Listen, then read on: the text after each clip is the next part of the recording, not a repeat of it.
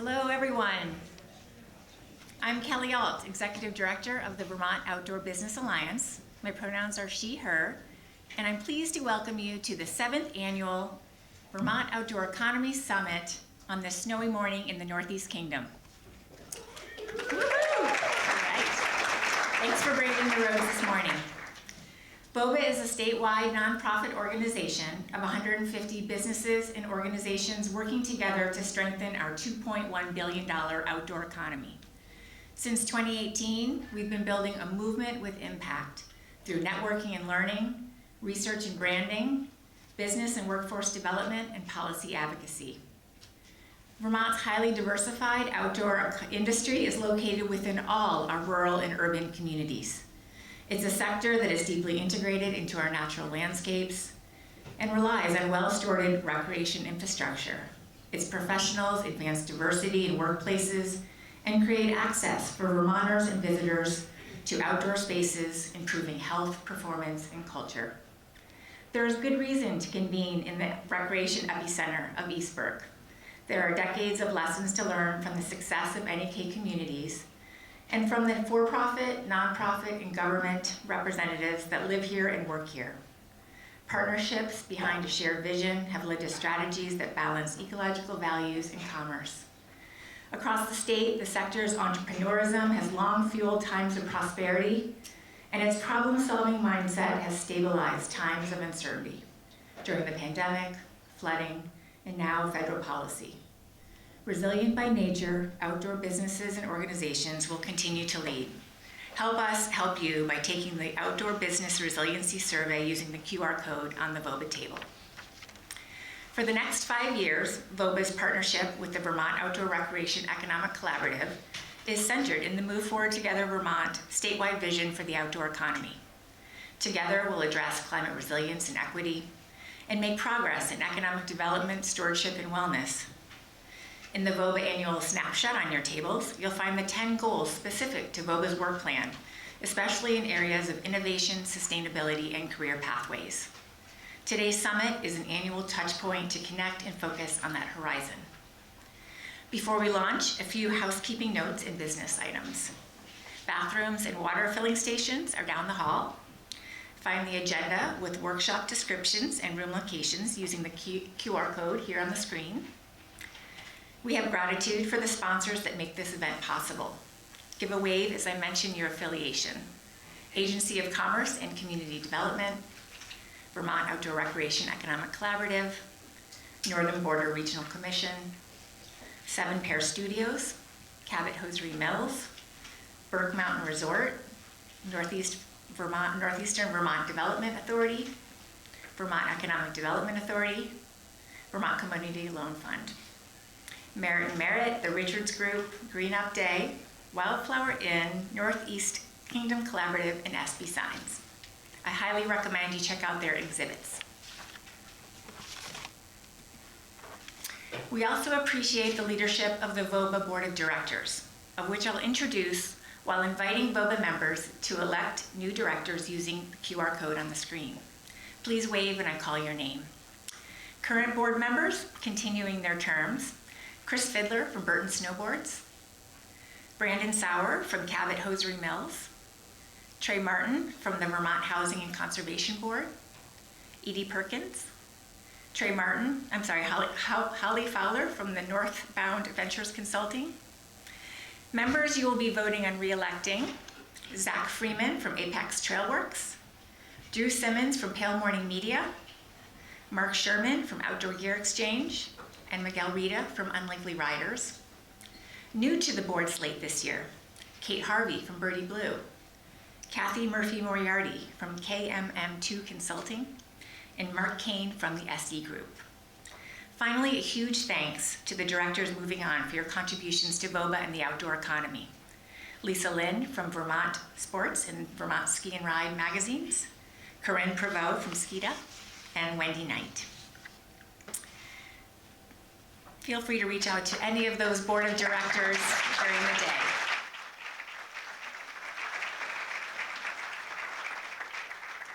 Now, to ground us in a land acknowledgement and invite a visit to the BIPOC Affinity Space is Miguel Rita, Director of Communications for Unlikely Riders.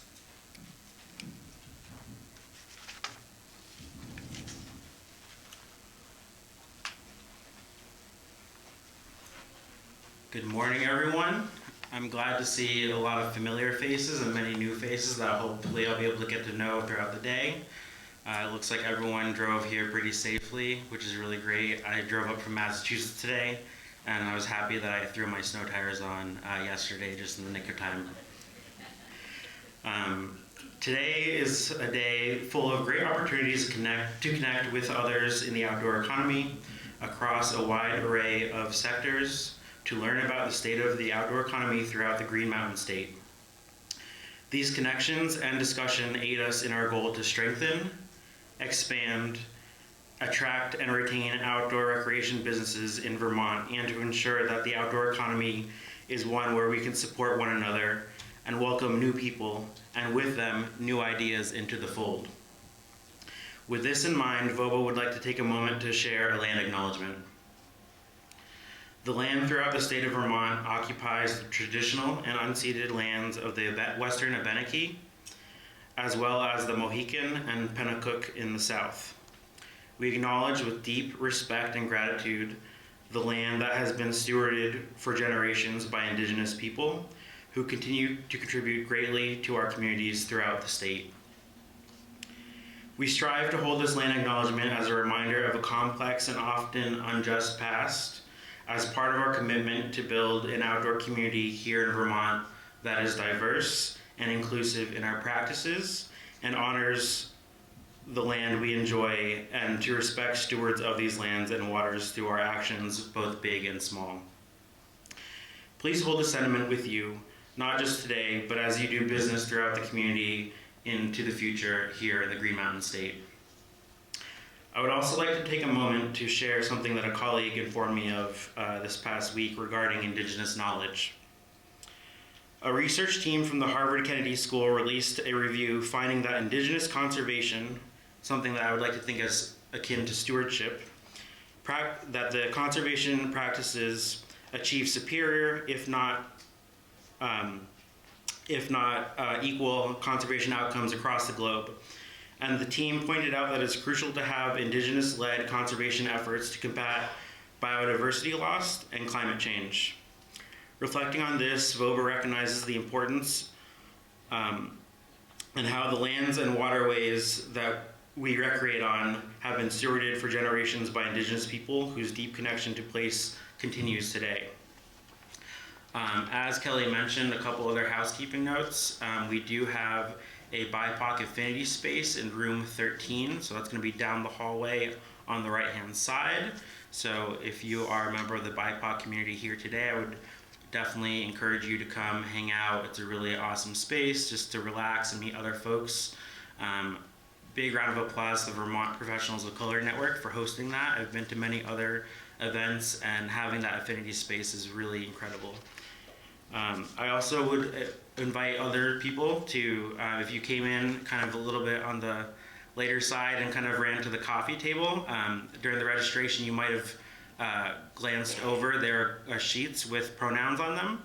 And I would welcome you all to, put a pronoun sticker on your name tag if you would feel comfortable doing so, as that's, a way that we can also make our community really whole and inclusive. Thank you very much.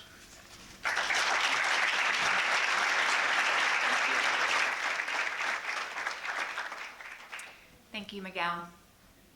Turning now to welcome us is John Schaefer, Chief Operating Officer and co-owner for the Bear Den Operating Partners Burke Resort.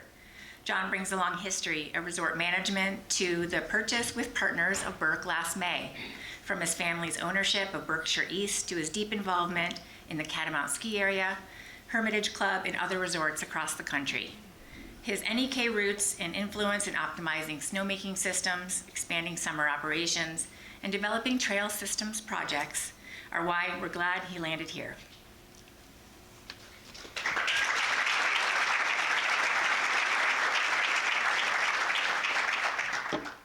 Thank you very much.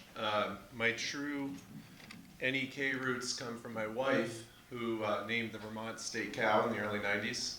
She's from St. Johnsbury. She won a year's supply of Ben & Jerry's and met Madeline Kunin at the time. So, and there's a PBS documentary, Vermontica, Calf Grows Up, if any of you have seen it. So my name is John Schaefer. I'm here on behalf of Bear Den Partners. I have grown up in the ski world. My dad started at a small rope tow little farm ski area in the early 50s, or actually in the late 40s. And he's been in the ski business ever since. And I was born in 1980, and I was born straight into it. And what the 60 plus years of, Schaefer snowmaking and mountain operations lineage have taught me is that a properly run mountain doesn't start at its borders, and it doesn't stop at the borders. It involves the entire community. So we're starting here right in town. One of the first things we did was work on upgrading the power infrastructure with Lindenville Electric and forming those partnerships, working with different businesses in town. Rising tides for us is when the whole community does better. And our business is successful when our community does better. And for somebody who's spent the last 30 years trying to compete against the Vermont businesses, which do a phenomenal job of promoting tourism and access across New England as a Massachusetts ski operator 5 miles across the border from Vermont. The group that you represent now and have represented, for the last 20 or 30 years is just, you're a tough group to go up against. So we're very honored to participate on this side of the state line and to be here at Burke. And so when I was asked to give the opening remarks, it was an honor. It was also daunting because of the amount of work that Bear Den has tried to take on this summer. So this year we've built multiple new websites. We've put in almost 20,000 feet of snowmaking pipeline, 10 new snowmaking pumps, and massive upgrades that will both fix the business on the mountain and hopefully help the businesses down in town. There's hundreds of local mortgages that depend on Burke Mountain being a good participant within the community. There's the Wildflower Inn, there's East Burke Market. So our success is the town's success, and the town's success is our success.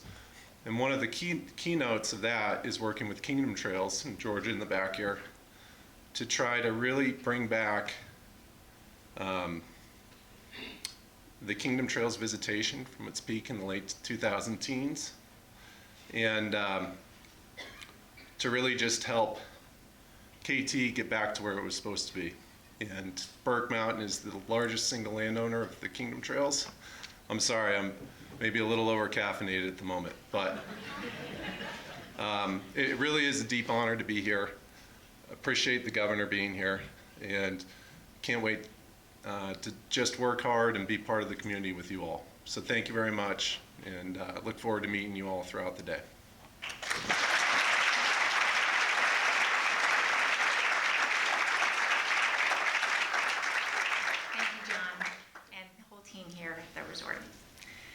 Now I'm honored to introduce Governor Phil Scott, and on behalf of VOBA, to recognize his steadfast championing of the outdoor recreation economy. Governor Scott personally embraces the outdoors as a lifelong cyclist, and I understand he rode 45 miles of the Lamoille Valley Rail Trail this fall after ensuring the completion in 2023 of this legacy recreation resource for public enjoyment. His administration has prioritized investments in our outdoor communities, starting with establishing the Vermont Outdoor Recreation Economic Collaborative in 2017, and in funding Borax's community grant program over the years to bolster recreation in over 30 communities, including VOBA's workforce and manufacturing initiatives. His administration helped outdoor businesses and organizations get back on their feet after catastrophic flooding with resources like the Business Emergency Gap Assistance Program, which recently became part of a disaster recovery loan program at the Vermont Economic Development Authority. Finally, we appreciate his ongoing support of VOBA from day one and look forward to continuing the momentum in 2026.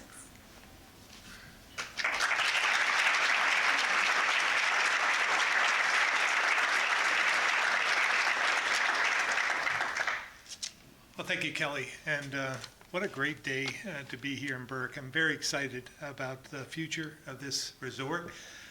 I know it's have a kind of a fractured past, but I think the future looks bright for this ski area.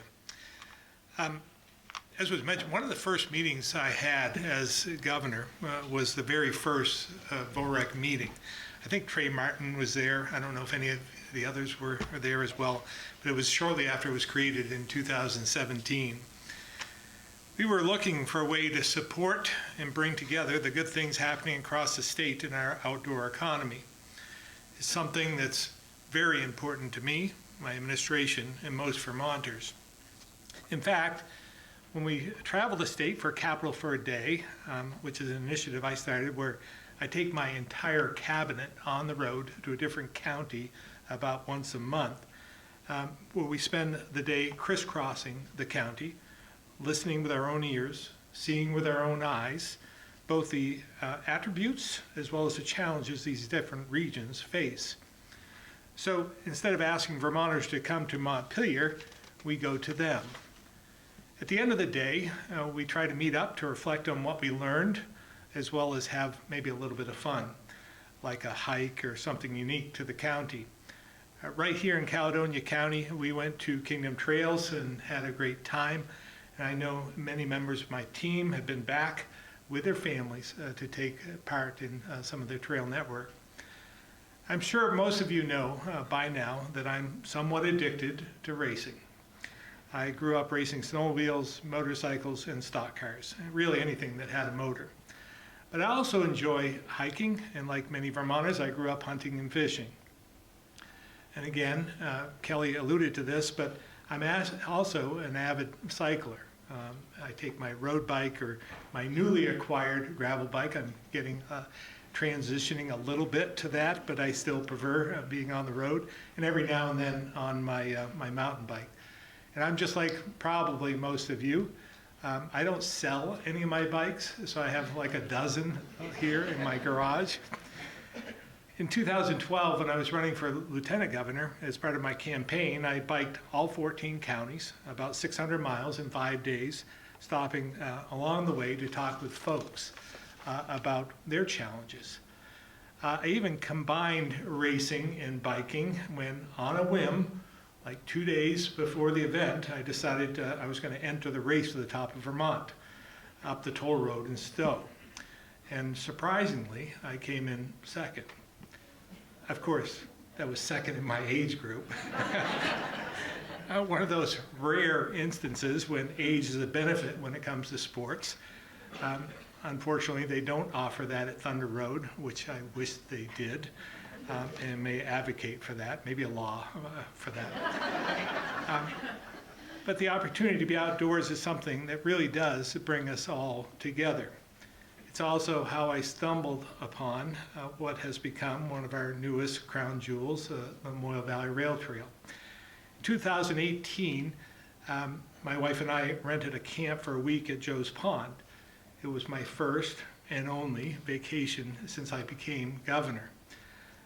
While I was biking the original 13 miles section, another rider came along and recognized me and asked me why we haven't finished the entire 94 miles.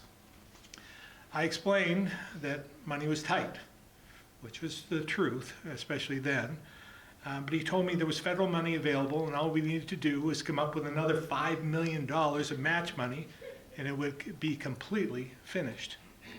The next week I went back to the office and looked into it, and he was right. So while it was financially difficult at that time, we included it in our budget and now have the longest continuous rail trail in New England, which is something we should be proud of. The outdoor economy is something that really does define who we are as Vermonters, and here's why this is important. Outdoor recreation brings in over $2 billion a year, which accounts for almost 5% of our state's GDP. We're only second to Hawaii. And I'll give you another reason. Tom Watson was a guy from New York who loved to ski. And in the winter, he and his family would come to Smuggler's Notch every chance they could. And while he was visiting, he got to know us, our values, our work ethic, and way of life, and saw Vermont as an ideal place to grow his business and be closer to the mountains. That business was IBM, and that plant in Essex Junction would go on to provide over 10,000 jobs at its peak and change the face of Vermont's economy. All because the Watsons fell in love with Vermont. So the point is, we don't know who the next Tom Watson is going to be. Maybe they'd be cycling the rail trail, or mountain biking down the slopes of Killington, or cross-country skiing in Craftsbury. So using outdoor recreation as a tool to attract people to come to Vermont and stay has and can pay real dividends. Now, the success we've had hasn't been without challenges. The outdoor economy faces many of the same issues that other sectors do, the lack of affordable housing being a big one, and it makes it hard for businesses to recruit and retain employees. And over the last 3 years, we've had our share of flooding, which damaged facilities and trails and shortened already short seasons. And national politics has prevented many of our Canadian friends and neighbors from visiting. And it's also affected many communities, especially here in the northern areas, like here in the Kingdom. This weekend, I'm traveling to Newfoundland to meet with other New England governors and Canadian premiers. Not an ideal time of year to go to Newfoundland, but it's going to be dark, cold, and rainy, I hear. But we just need to get there to meet with our counterparts to show them how important our relationship really is. And we'll continue to do so. Our friends in Canada need to know how much we value their partnership and friendship. The good news is these challenges are not stopping communities from investing in outdoor recreation and the infrastructure that's needed. And by working together, we've done some great things, like bringing hundreds of miles of trails online across the state, connecting towns and regions to one another. And again, this is the type of effort we envisioned when we started VOREC, and why events like this are so important. We're a small state, but working together with state, local, private, and nonprofit partners, it's one of the things we do best, so we need to keep doing it. And while we still have a lot of work to do, we still have a lot to look forward to. There's snow on the ground and more in the forecast, and that's good for everyone, whether you snowmobile, you ski, you snowshoe, or you hunt, which the traditional deer season is starting in about 2 days. So again, thank you for taking the time to be here today to do this important work.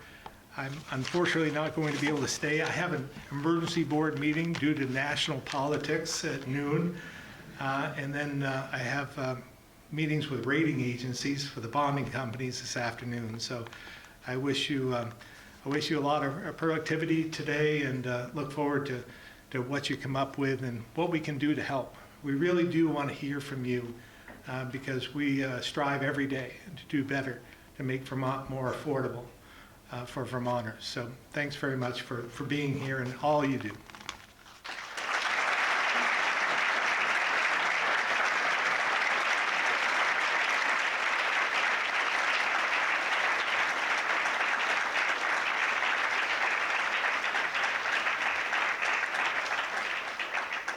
Thank you, Governor, for your leadership, for hearing our ideas, and keeping our state strong. I want to recognize a few other policymakers here in the audience today. Danny Fitzko, Commissioner for the Department of Forest, Parks, and Recreation, Vermont Representatives, John Kasenka, Mike Marcotte, Fauna Hurley from U.S. Senator Peter Welch's office, and Morgan Nichols from U.S. Representative Becky Ballin's office. Next, I have the distinct pleasure to introduce Kelly Davis, and we'll get her here in a second. She's the research. Kelly. She's the research director for the Outdoor Industry Association, who is ready virtually, thanks to Mother Nature and the snow dance you are all likely doing this week, to share her best data and consumer trend secrets with Vermonters just in time for the holidays. Kelly's insights draw on 25 years of market research, including a lengthy stint with the Snow Sports Industries America and tracking key findings for groups like the Cross Country Ski Areas Association, Winter Wildlands Alliance, and the Stand-Up Paddle Industry Association. Thank you, Kelly. Hi. This is wild because my camera just came on and here all of you are. First of all, thank you to Kelly and to everyone at the Vermont Outdoor Business Alliance for inviting me to speak to you today. A little bit more about me. I was the Director of Research for the Snow Sports Trade Association for a little over a decade. I left there in right around late 2017 to be the Senior Director of Research for the Aircraft Owners and Pilots Association that manages the relationships with all general aviation pilots. And it so happens I'm a pilot, so that was pretty convenient for me. But when I saw this job come up and outdoor, I really thought it was time to take it. It was just after the pandemic had hit, and I saw a lot of things coming for outdoor, and it's been an amazing 4 years since I took that job and the opportunity to really measure performance in the outdoor market. So let's talk about that.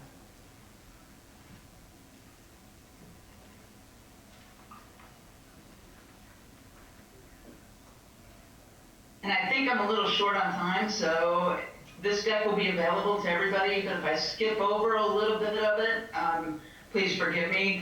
I just want to make sure that I'm respecting your time and making sure that I get the information to you that I'd really like to get to you. So the first thing I want to talk about is what's happening in the market right now. And we took a look at what was going on before the holidays to try and predict what might happen during holiday sales season, because it's obviously critical to the industry. And when I looked into the data, the interesting thing that happened was sort of a bifurcation.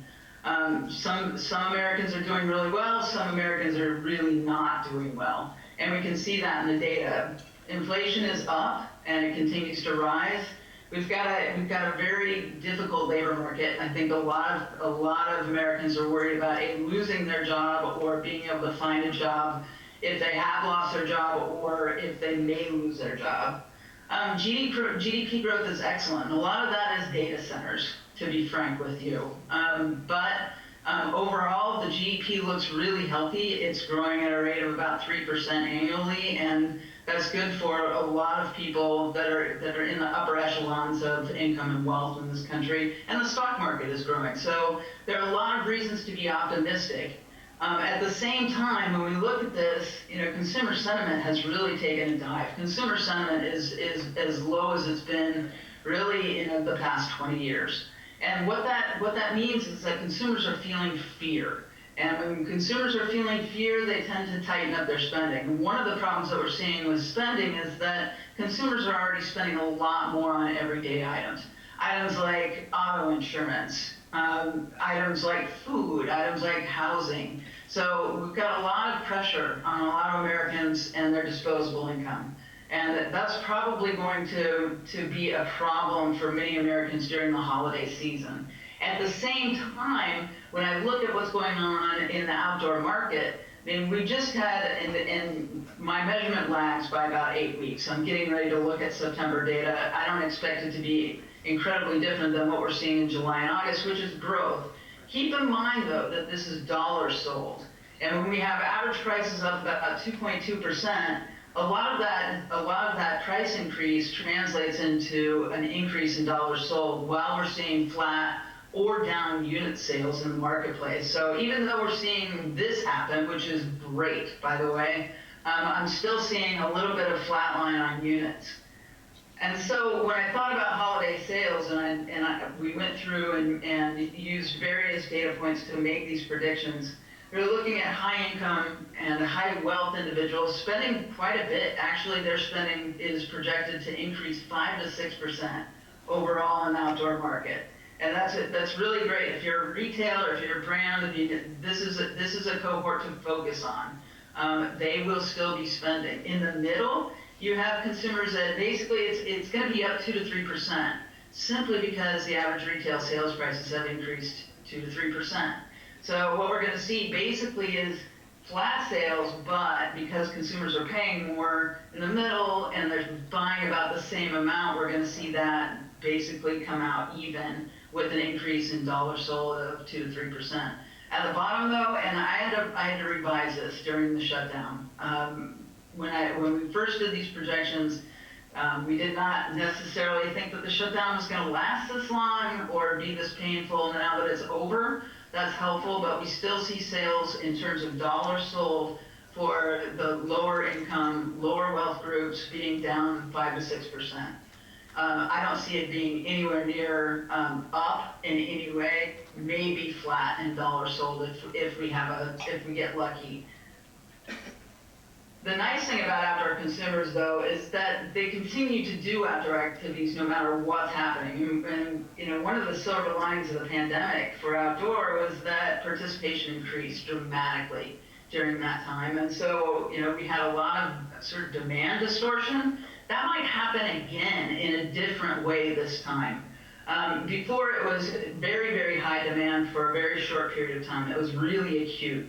And what happens when you get distortion in demand like that is you get something called the bullet effect, which means everybody ordered everything under the sun. And it was worse in some areas of the outdoor market than in others. For instance, in bike, the bullet effect really impacted bike for several years after the pandemic. It may still be having echoes even today.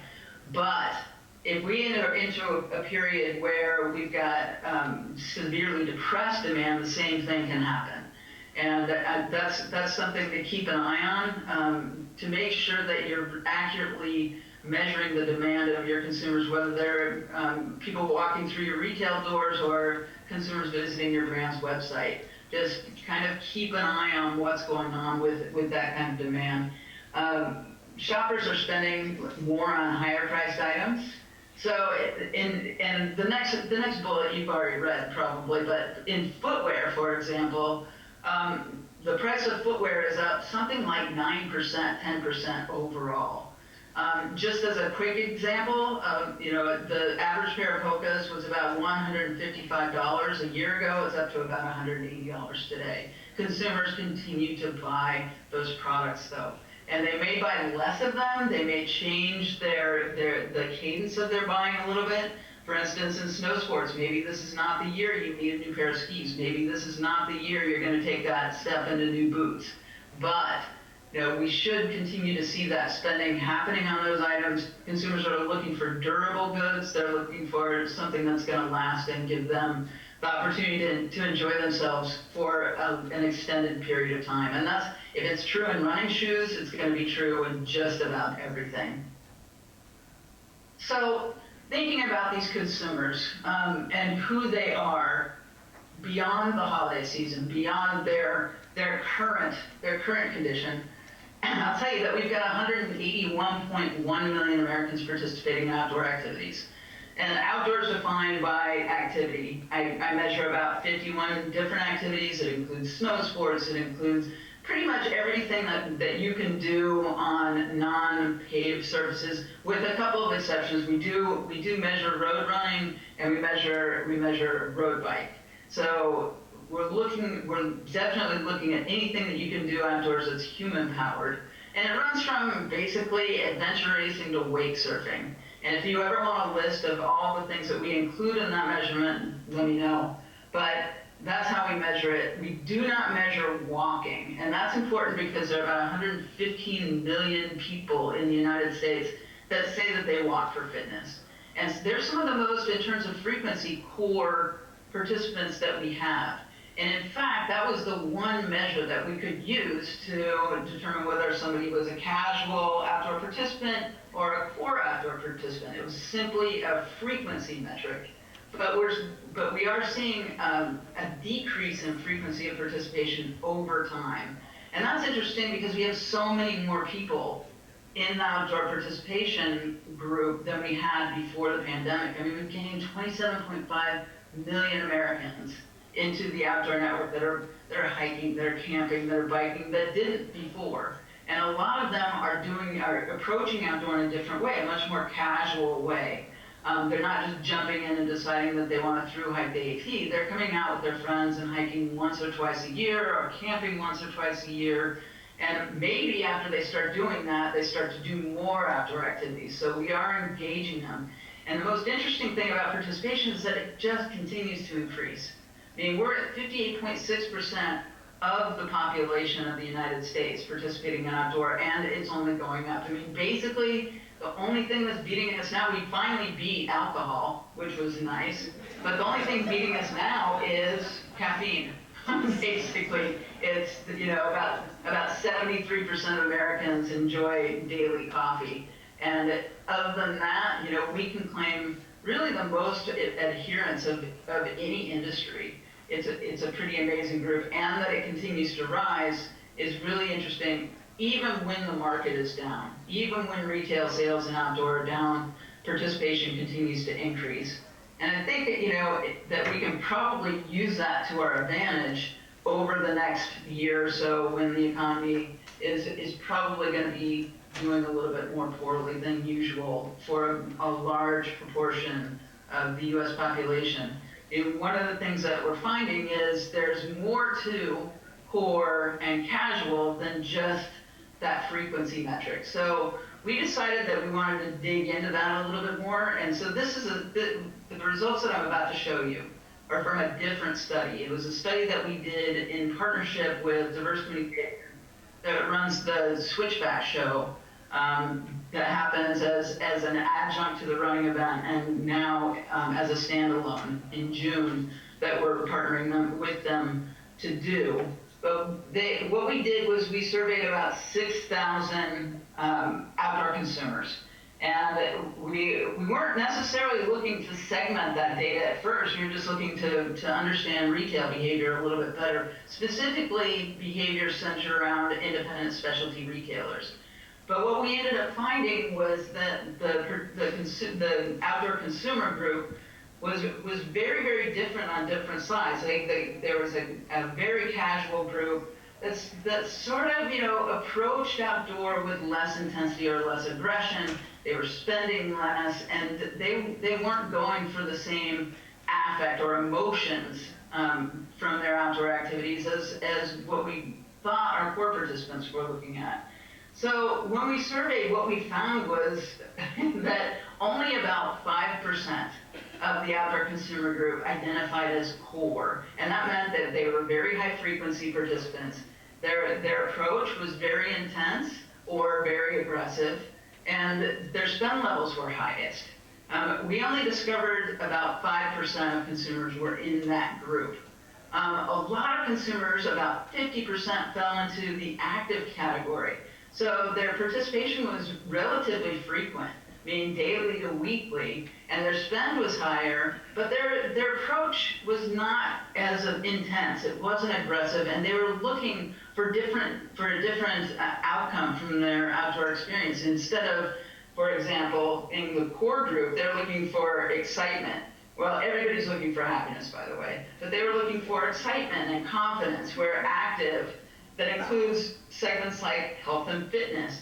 They're looking for happiness, calm and balance, and really, you know, just a feeling of being human outdoors, if I could just summarize what they're feeling. Same with casual. Casual's looking for happiness and calm and balance. That's what they're doing outdoors. They're also looking for community. So we found differences in these groups, even beyond the spending, the frequency, and the intensity of their approach. So fairly interesting. We ended up actually segmenting it into 9 different segments, which I'm going to show you in a minute. And actually, I think I pretty much covered all that. This is core. Again, 5%, they participate most frequently. Their average spend, and I asked their average spend not for an entire year, because, I mean, think about it. What was your average spend last year in your head? Just calculate that really quickly as if you're doing a survey. The more recent the data is, the more accurate the feedback is. So when we asked for the past 6 months, which in this case was between October and March. And the highest average spend was core, and they spent an average of $1,084 on gear. Interestingly, in core, every single segment that we looked at shot first at Amazon. And they said not in the sense that they were spending more on it at Amazon, but almost every one of them said that they had shopped at Amazon for an outdoor good in the past 6 months. Amazon, mass market retailers, but Core spent a lot less time looking at mass market retailers. And we're talking about Costco, we're talking about Target, when we're talking about mass market. They're headed to sporting goods, but only about 15% were headed to independent outdoor specialty, and that was in the core. Again, they're outside to feel happy, excited, and confident. And then we get to outdoor active consumers. They make up, actually, this is wrong, they make up 50% of the outdoor consumer base. They're participating weekly and daily, but they spend about 30% less than core. So it's not a fallacy to look at core people coming through your door, trying to identify those core people that are slapping outdoor identity on their chest, that they're out there every day, they're trying to get better at whatever it is they're doing, whether it's climbing or skiing or running or whatever it is they're trying to do.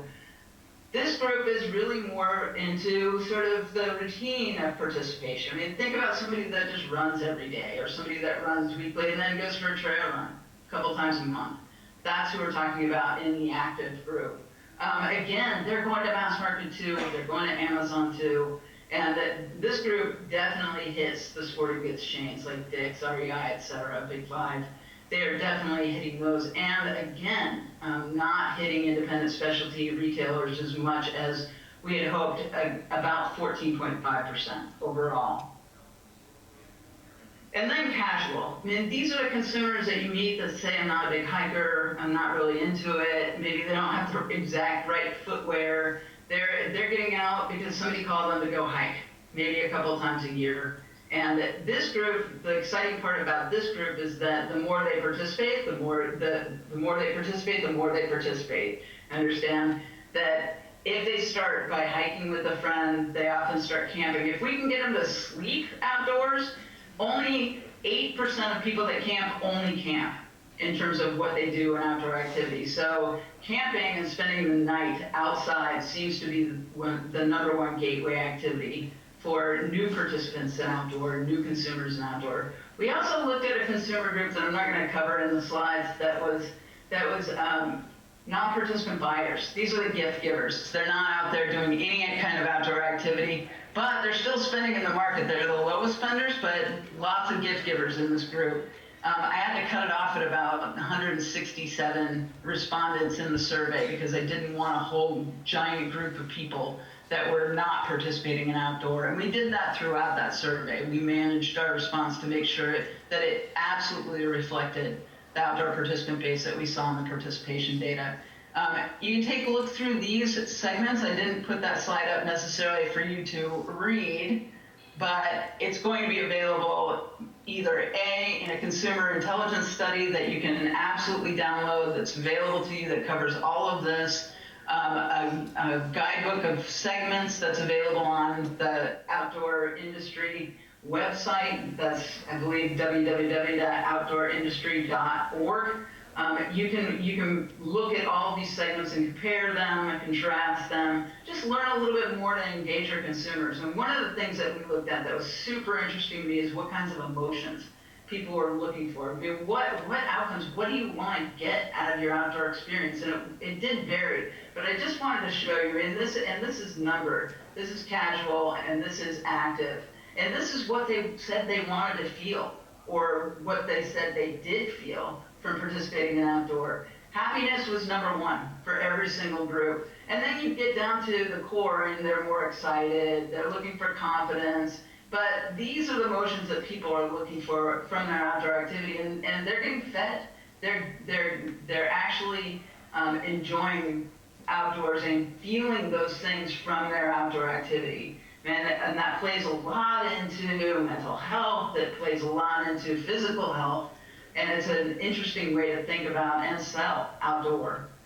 This is the spend, and on the green bars are apparel and the gray bars are gear. And this is, again, this is what each group said that they spent over that 6-month period from October to March of last year. And that's important because in so many ways the outdoor industry focuses sometimes exclusively on who we perceive to be our core participants. And so I did this math, and based on 181 million outdoor participants and the results that we just got from the study, to figure out if you're going to chase the money, this is what it looks like. Based on casual spend, their total spend is about 106 or 107 million dollars a year. Same thing with active, 143.8, and core only spends about 20 million. So you get an idea of what's going on here. If you need to follow the money and you ignore the casual participants, you're leaving a lot of money on the table. And just thinking about money and thinking about what season we were in, one of the things we asked is how much do you spend on whatever activity is your dominant activity. And I want to show you that this was not a surprise to us that snow sports and biking and hunting were 1, 2, and 3. That wasn't a surprise. What surprised me is how much consumers spend on walking. That is amazing, because you think about what gear do you need to walk? I mean, it's basically shoes. But they're including all of the apparel that they walk in, maybe their gloves, maybe hats, maybe all kinds of things that you wouldn't expect. That's an amazing result. So if somebody comes in and they're just a walker, I mean, and I fall into that trap too of thinking of somebody as just a walker. Again, another example of where we might be leaving money on the table because we ignore the casual in favor of the core. And this is, I just wanted to show you in terms of where consumers are shopping. We just basically asked, where are you shopping for your outdoor goods? And look at Amazon. That's pretty amazing. And then look at small independent retailers. Casual shops less at independent retailers than both core and active. So we're looking at about 40% of the market, like basically not walking into independent specialty retailers. And one of the problems with that is that started after the pandemic happened and we had that giant spurt of growth into our consumer market. From the research that we've done, it looks like a lot of those casual new consumers walked into independent specialty retailer once and never went back and decided that they would rather shop at Amazon and mass market retailers rather than even large sporting goods chains that are endemic to our market. So we've got a lot of consumers in the outdoor market that are not shopping endemic into the market. Again, only 14.5% said that they shopped independent retailers. And this isn't at all to blame or shame independent retailers. This is just data that consumers gave us about where they're shopping. Even the core consumers are shopping less at specialty. And thinking about Amazon, one of the things that's really interesting is the reason a lot of consumers say that they're shopping Amazon is convenience. And we could sort of mash that together with when we know consumers are buying. They tend to buy right as they're planning a trip or planning their activity for the year. So think about all the snow sports people that are laying out their skis and thinking, I've got to get these in, I've got to get them tuned, maybe I need a new jacket right now, maybe I need a new pair of bibs. I mean, that's what's going on for snow sports right now. That happens in the spring for hunting, or rather for camping and paddling and climbing. Right now, hunting is another example of where that's happening right now. I mean, it's deer hunting season. Firearm season is right around the corner. I think firearm season starts here in just a week and a half. So this is a big moment for a lot of outdoor participants looking through their gear and figuring out what they're going to buy.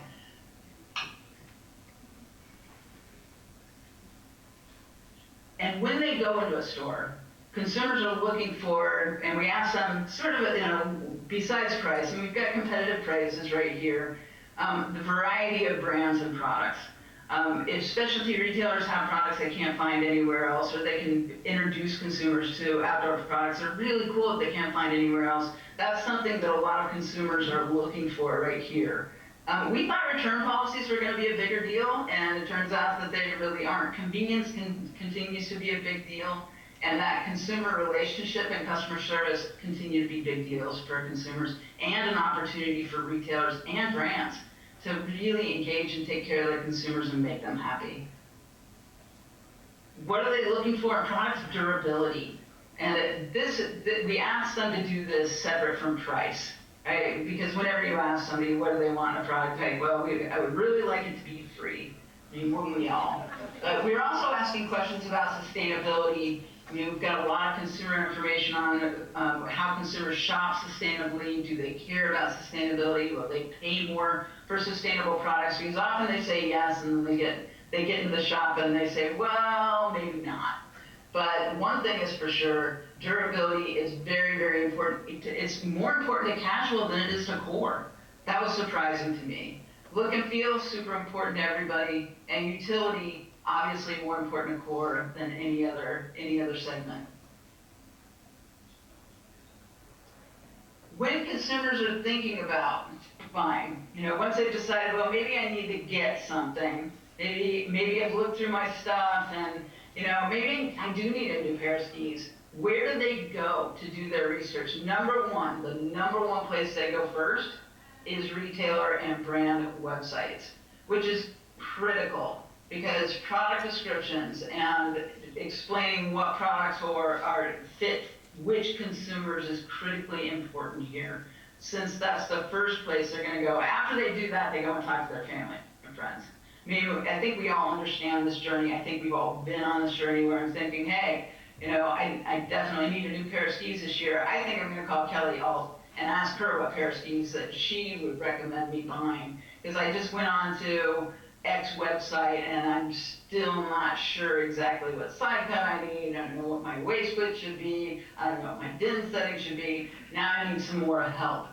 And that's really important. The third place that consumers go is in-store associates, and they really value those relationships and that advice that in-store associates can give them. It's a huge opportunity for retail staff to engage consumers and talk to them about their needs and talk to them specifically about things like local conditions and what they might need. Like the ski that I need in Pennsylvania is going to be a lot different than the ski that I need if I go out to California or hang out in Utah. It's a lot different. So those are little things that I can pick up just talking to in-store associates, and a lot of consumers are still doing that. In fact, casual consumers are doing that more than just about any group. So if you get somebody that comes in and say, I'm kind of new to snowboarding, I'm kind of new to cross-country skiing or running or whatever it is, that's an opportunity to build that relationship that all of those consumers are craving. One thing that was interesting in this, gear guides, not so much anymore. There wasn't a lot of love for the gear guide or any of the information that is really emphasized in endemic media. And that was an interesting finding, not a happy finding, but I think there's a lot that outdoor media can do to help consumers understand outdoor activities, and outdoor products a little bit better. This is the chart that I think I loved best about this study, and it was, just imagine, how do you decide when to buy new stuff? I mean, I've got so much. I'm looking at my stuff right now. That you lay it out and go, I don't think so. What was really interesting about this is that so many consumers, even casual consumers, said, I buy new gear when my old gear's worn out. And I think this sort of opened my eyes to a market niche. That a lot of consumers that think their gear's worn out, sometimes their gear's just dirty.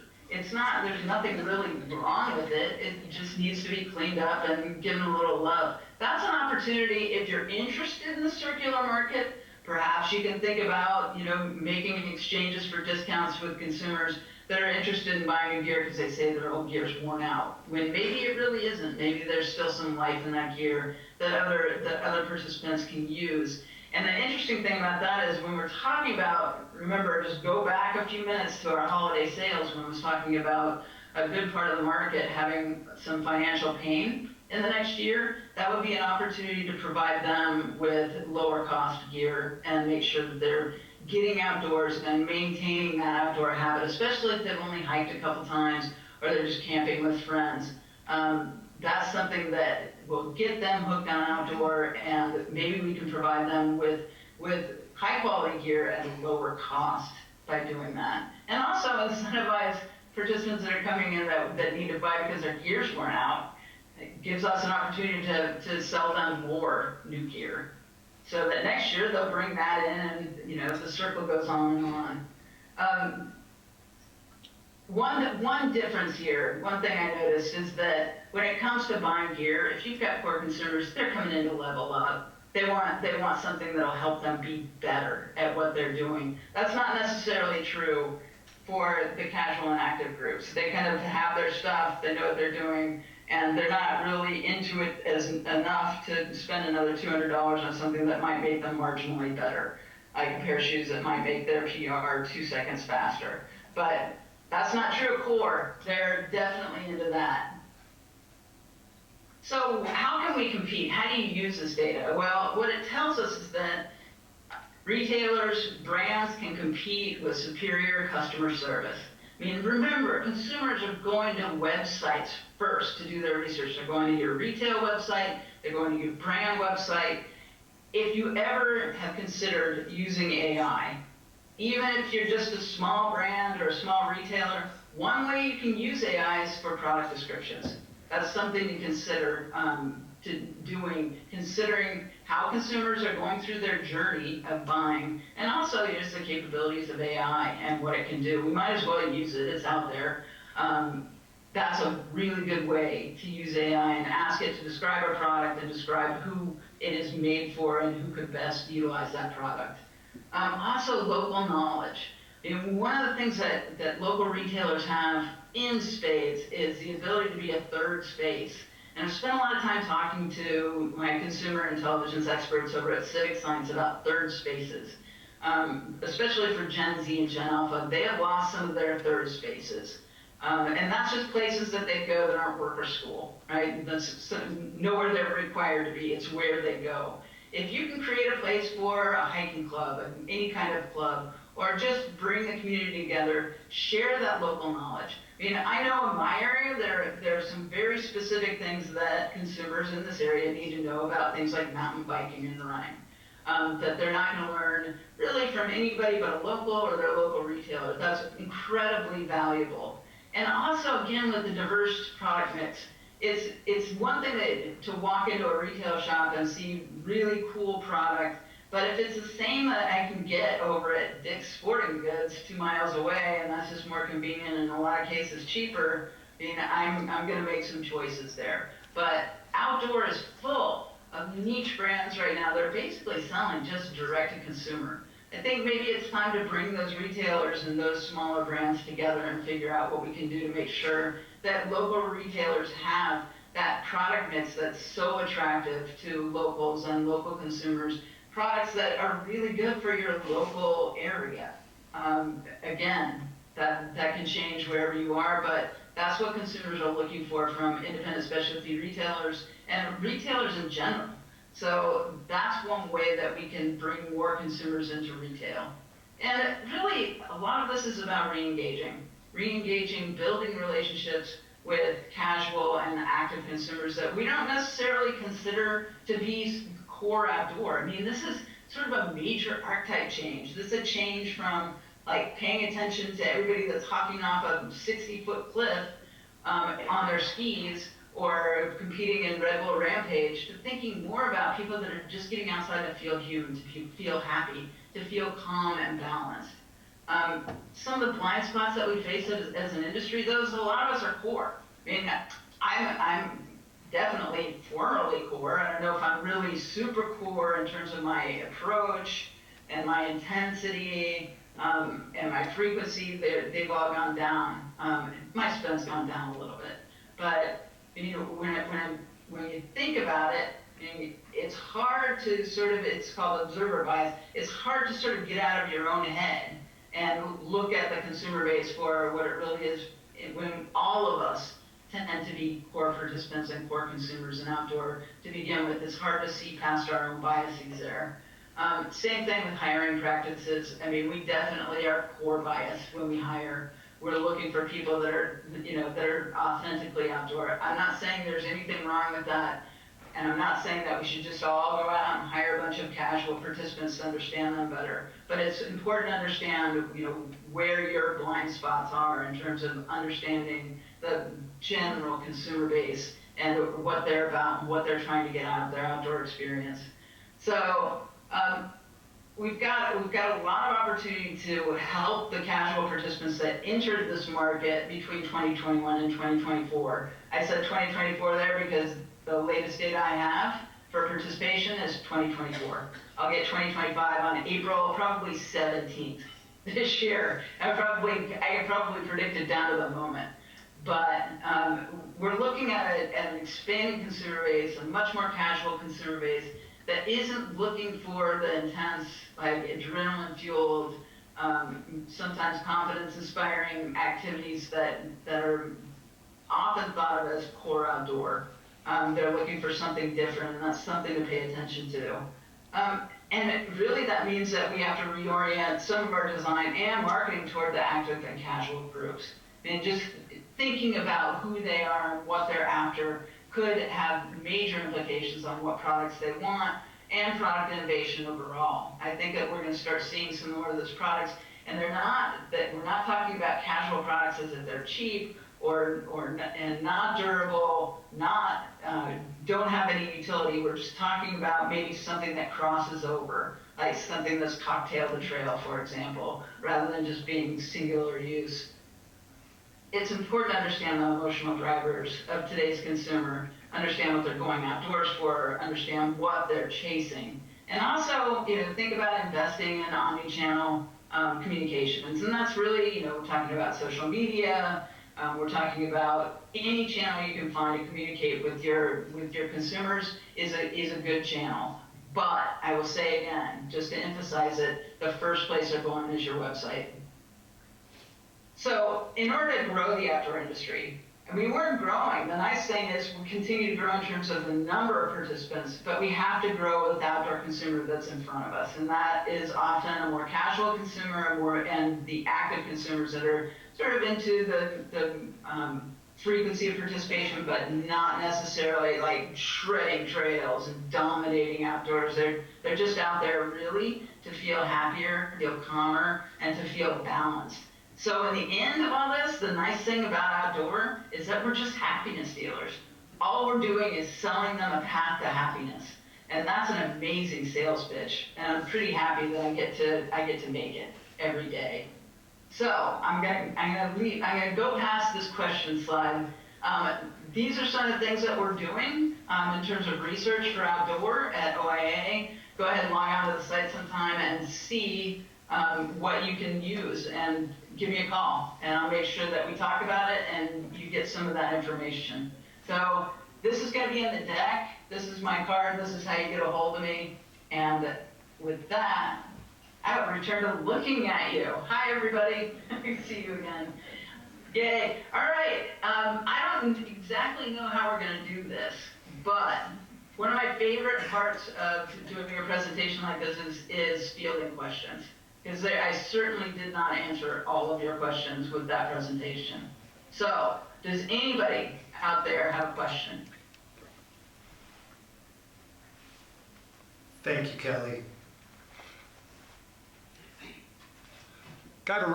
We actually don't have time for questions right now. I will say that, thank you, Kelly, though, from OIA. Can we have a round of applause? Awesome.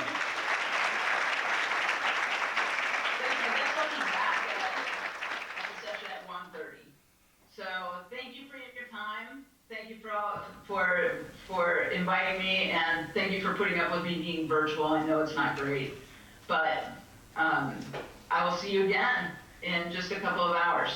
Have an excellent lunch. Thanks. Thank you. Thanks, Kelly. I will say, well, we're going to get our panelists for the super literal business panel, which is going to be next. We'll get those people up here. Steve and Mark and Sam, and get people up here. I just do want to thank Kelly Davis. That was a great presentation. I've seen that OIA data a couple times. It's awesome. I will say also, for all of you who are taking photos of the screen, those photos never come out, and we will make this data available to you in a deck. So I was just at a conference last week taking screenshots of a similar thing, and none of them came out. I just want to do a quick sort of polling of the room to see who's here. Like, who's here from representing a destination or some sort of guided event? Raise your hand. Retailers, manufacturers and brands, okay. Media marketing, a few of those. Education, students, great. Now, how many people were here 7 years ago, or at Bolton 7 years ago, and we had the first ever VOBA summit, right? And now raise your hand if you were working in the outdoor recreation industry way before that. Right? So the fact that we've been doing this for 7 years, we did not invent outdoor recreation. It's been going on for a long time. However, 7 years ago is when we decided to lean into it a bit more. Really to recognize what our opportunities are, what we can do, and we sort of share together. And for those of you who know me, you know I love data, man. I love dropping data points. I love this stuff. $2.1 billion in economic activity in the state of Vermont, fantastic. However, we also live in this society where we have this tendency to really grab onto a data point and have it, back up our personal beliefs of how our business is going. Data is great to a point. I think, as Kelly said, that data is from last year, right? And that's our most up-to-date big data. What we have right now is a panel of people who are on the front lines of business talking about how business is right now. And I think it's really important in the outdoor recreation economy. This is a spillover economy. This is a team sport. None of us are doing this by ourselves in a vacuum. We really rely on knowing what the business next to us in the category across the street from us is doing. And so that's really the hope here, to have some fantastic people, each of whom could easily carry a full hour and a half of conversation, but we're going to do this in a half an hour and do it pretty quick. So the way I like to do the panels, we'll kind of go down the line with one question and then back the other way. We do have a mic, right, for this crowd? Is that this one?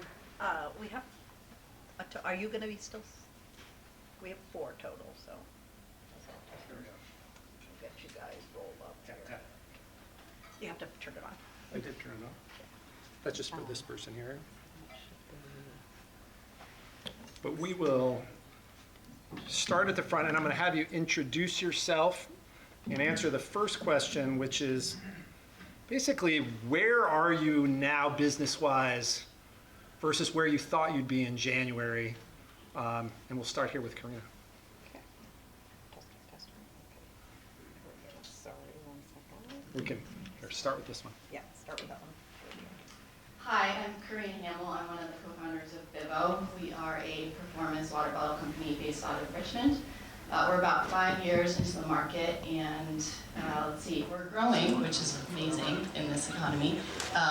We decreased our forecast by about 30% when the tariffs hit back in April, and we're about 50% up over last year right now. So we're on track with what we had expected back in April, which feels really good.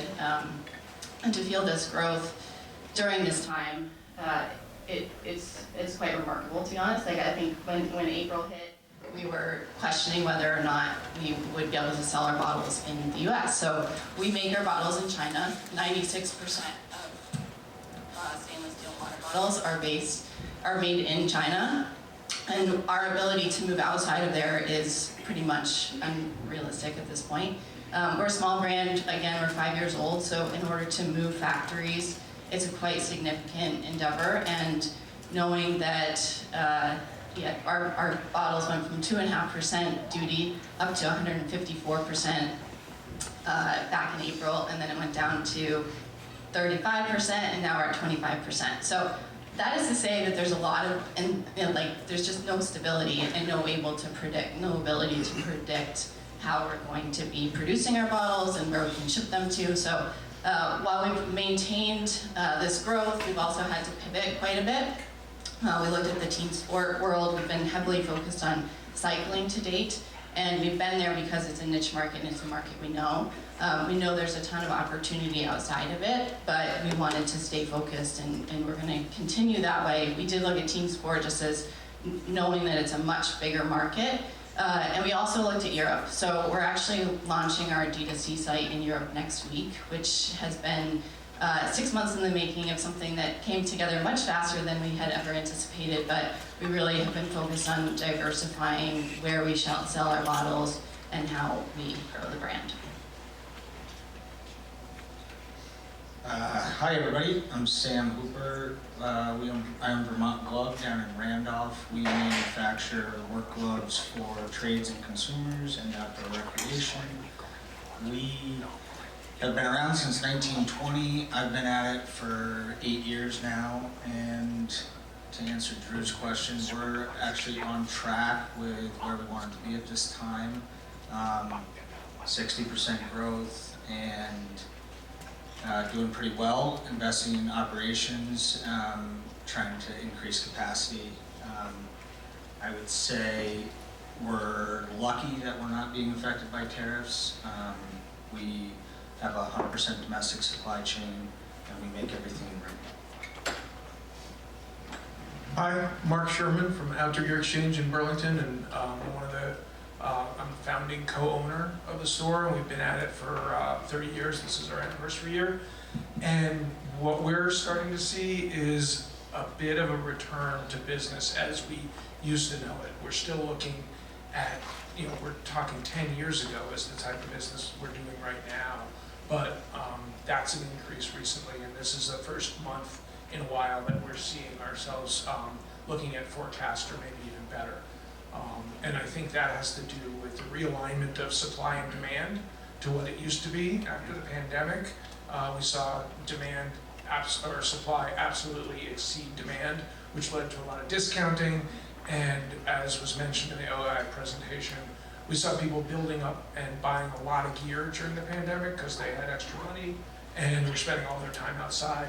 And you don't really need a new kayak every year. I mean, I think the real core athletes might, but for the most part, if you buy a road molded kayak, you can use it for 10 years without a whole lot of maintenance. So we're starting to see things return. The only part of the industry that I'm not seeing that demand-supply relationship return quite yet is bike, but everything else is starting to feel better. We're snow farmers, and this early harvest, we've seen an immediate benefit. This week has gone significantly ahead of last week in sales, significantly, when we're just having to discount less, so we're seeing our margin go up over the past year. But in general, I think consumers are cautious, but cautiously optimistic. And again, with the snow farming, this last year was great. It was a great snow year, 24-25. And after 2 poor ones, and so I think that builds consumer interest in building their ski inventory and their snow sports inventory up. So we're feeling good about this year, and glad to be at the point that we are. I'm going to save the worst news for last. My name is Steve Brett. I'm the president and general manager at JP. And first of all, I want to say it's great to be back to Burke under new circumstances here. Hats off to the sales and conference team for putting this together, and to John Schaefer and his team for making all this stuff happen here. It's exciting. So it's nice to be here. And the news is not particularly great. We, and not really dating back to last January, is really back to April, where we started, once the federal administration started with their 51st state narrative, we saw the connection to phone traffic impacted negatively right away. We were at the end of the season, so it didn't impact us in the wallet entirely. We had a record season both on the top and the bottom, but we started to see bookings for the summer start to deflate and hockey tournaments start to reduce, which, for us is a $2 or $3 million piece of top line over the course of the year. Canadian teams will participate in these tournaments. We have about 18 teams a weekend. Half of them are generally Canadians, and the U.S. teams like to participate because they get to play against Canadian teams. So when the Canadians are impacted, the U.S. folks start to soften up too. So we saw that. We saw golf rounds reduced by about 30%. We saw vacation packages soft by about 20%. And over the course of the summer, The president often would refer back to this, 51st state narrative, and then it combined with, this viral message around difficulties at the border and crossing, which weren't entirely true, but as soon as that, got its way out into the market, it impacted things. Canadian economy is obviously not in a good shape, so those things started to conspire against us. And overall, probably for the summer, we were 30% off. Now, season pass sales are up, but it's largely a result of the U.S. market making up the difference.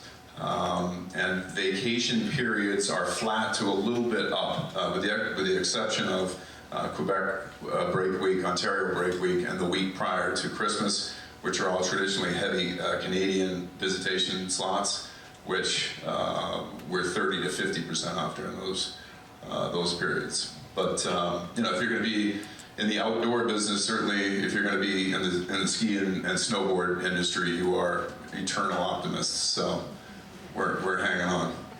I'll give you a hug later.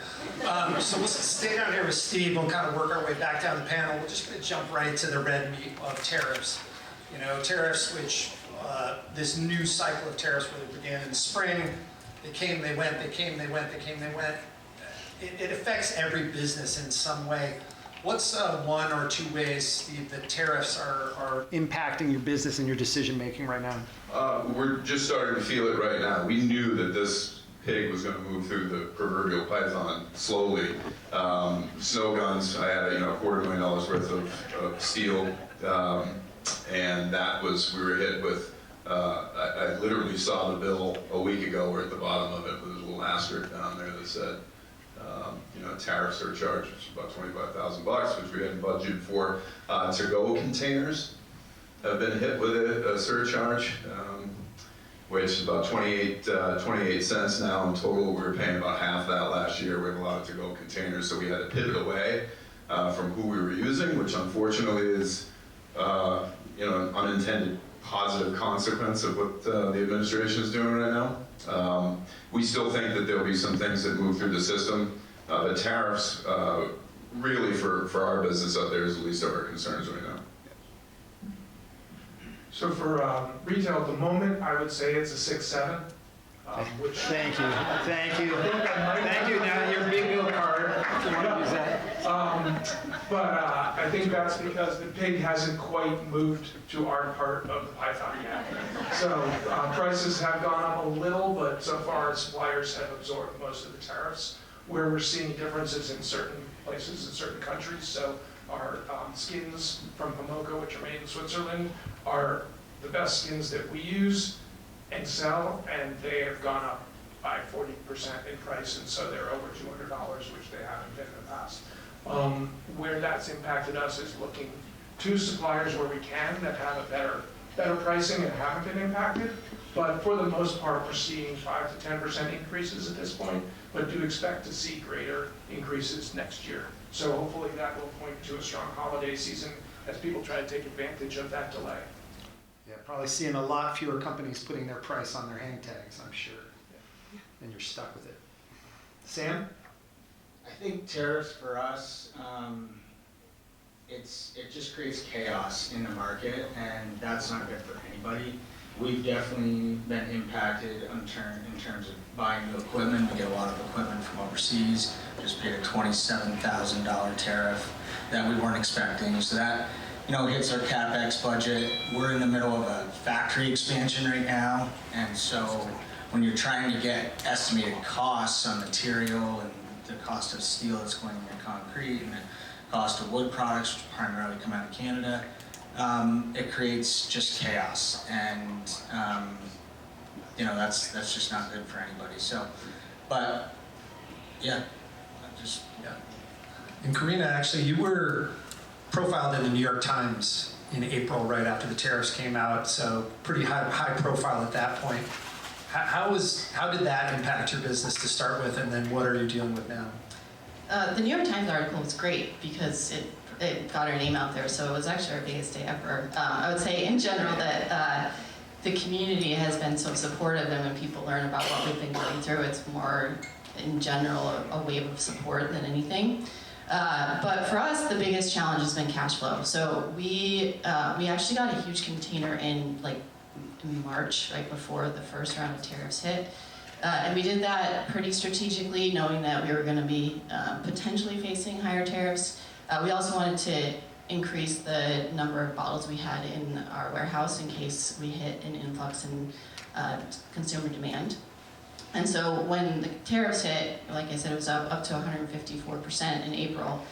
We decided to hold all inventory coming in, and we had to do a lot of math and a lot of changing of strategy, knowing that we had enough inventory to get us through to September. So we originally, if we had taken in the normal amount of bottles that we had predicted we would need to bring into the US, we would have paid about $250,000 extra in just tariffs. And that's all money that we would have to front before any product got sold. So that's just a total cash flow problem. We were able to reduce how much we pulled in, and so we spent about $71,000 this year extra than we anticipated. But for a brand 5 years old with no profitability yet, that's quite a bit of cash, and so that's been a big challenge for us. Sure. So it's been a weird year. You know, we have very conflicting economic stats, but one stat that everybody seems to agree on is that, generally speaking, consumer households with higher household income are still spending. Generally, lower household incomes are pulling back.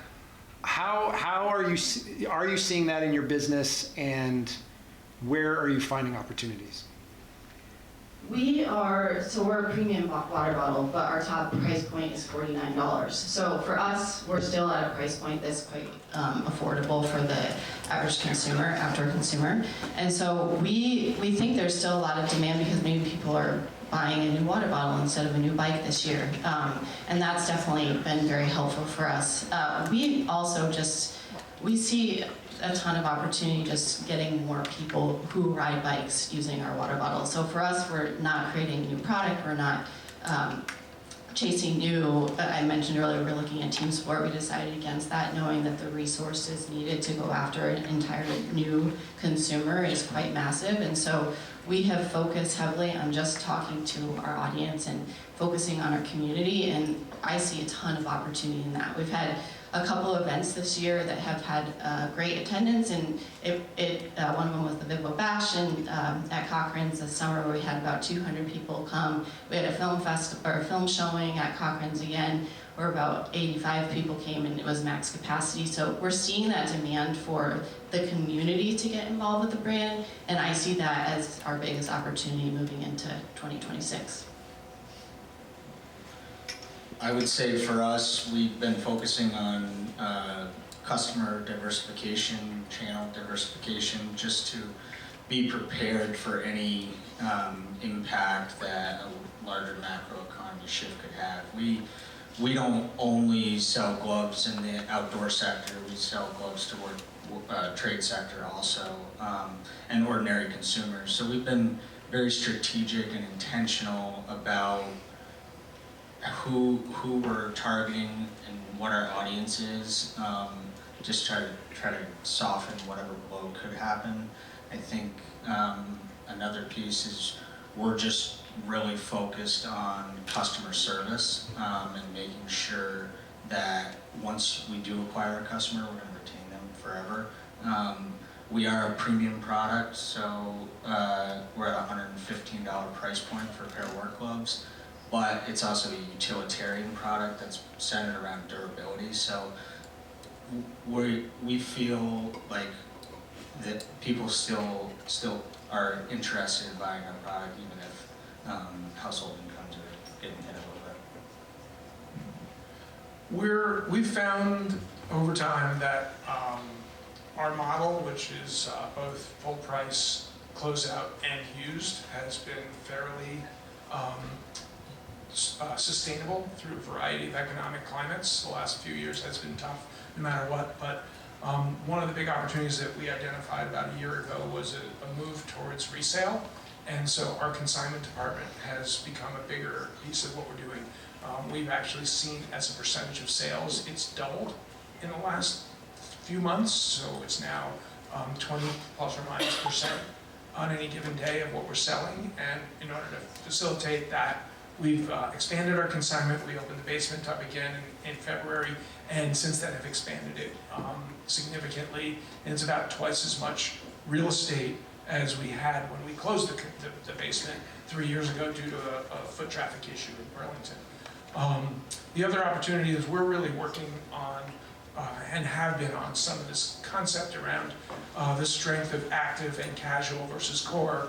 We are core athletes as a whole at the OGE, and we have had the observer bias that Kelly spoke about, but we really want to make sure we've got everybody covered. That's always been our motto: access and availability to get everybody outside regardless of their ability. And we really want to lean into that. And to do that, we're trying to identify the same group of products to pick from. So with our brands, we're trying to hone what we can offer to make sure that we're covering niche and innovative brands. I'm wearing a sweater from a brand called Artelect that we just brought in, which is using an incredibly cool new type of merino yarn.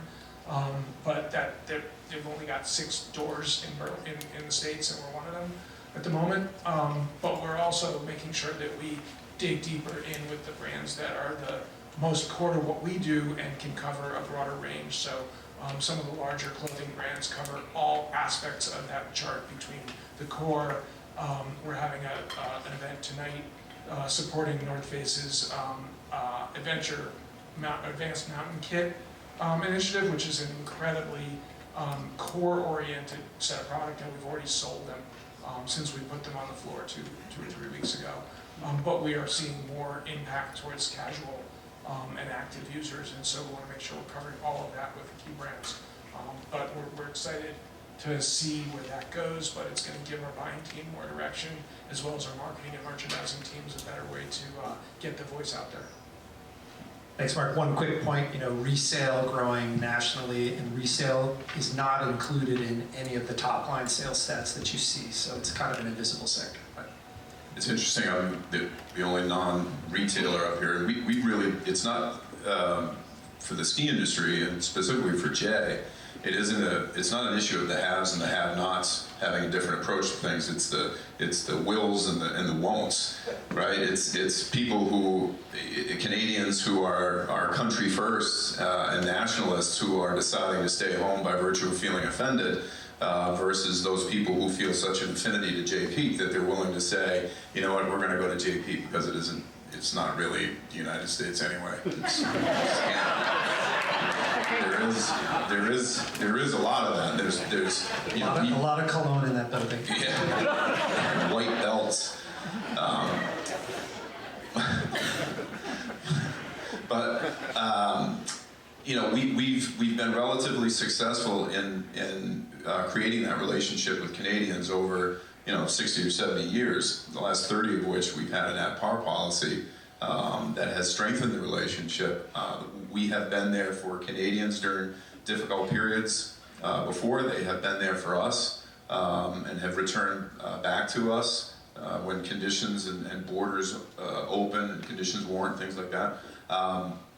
So we have really tried hard to continue to appeal to the markets out there that think that we feel will still return to us. Now, we also feel like it's important to continue to talk to the Canadian market, even though we may be pouring money into a situation that money isn't going to fix. But conversely, we haven't really discounted anything either.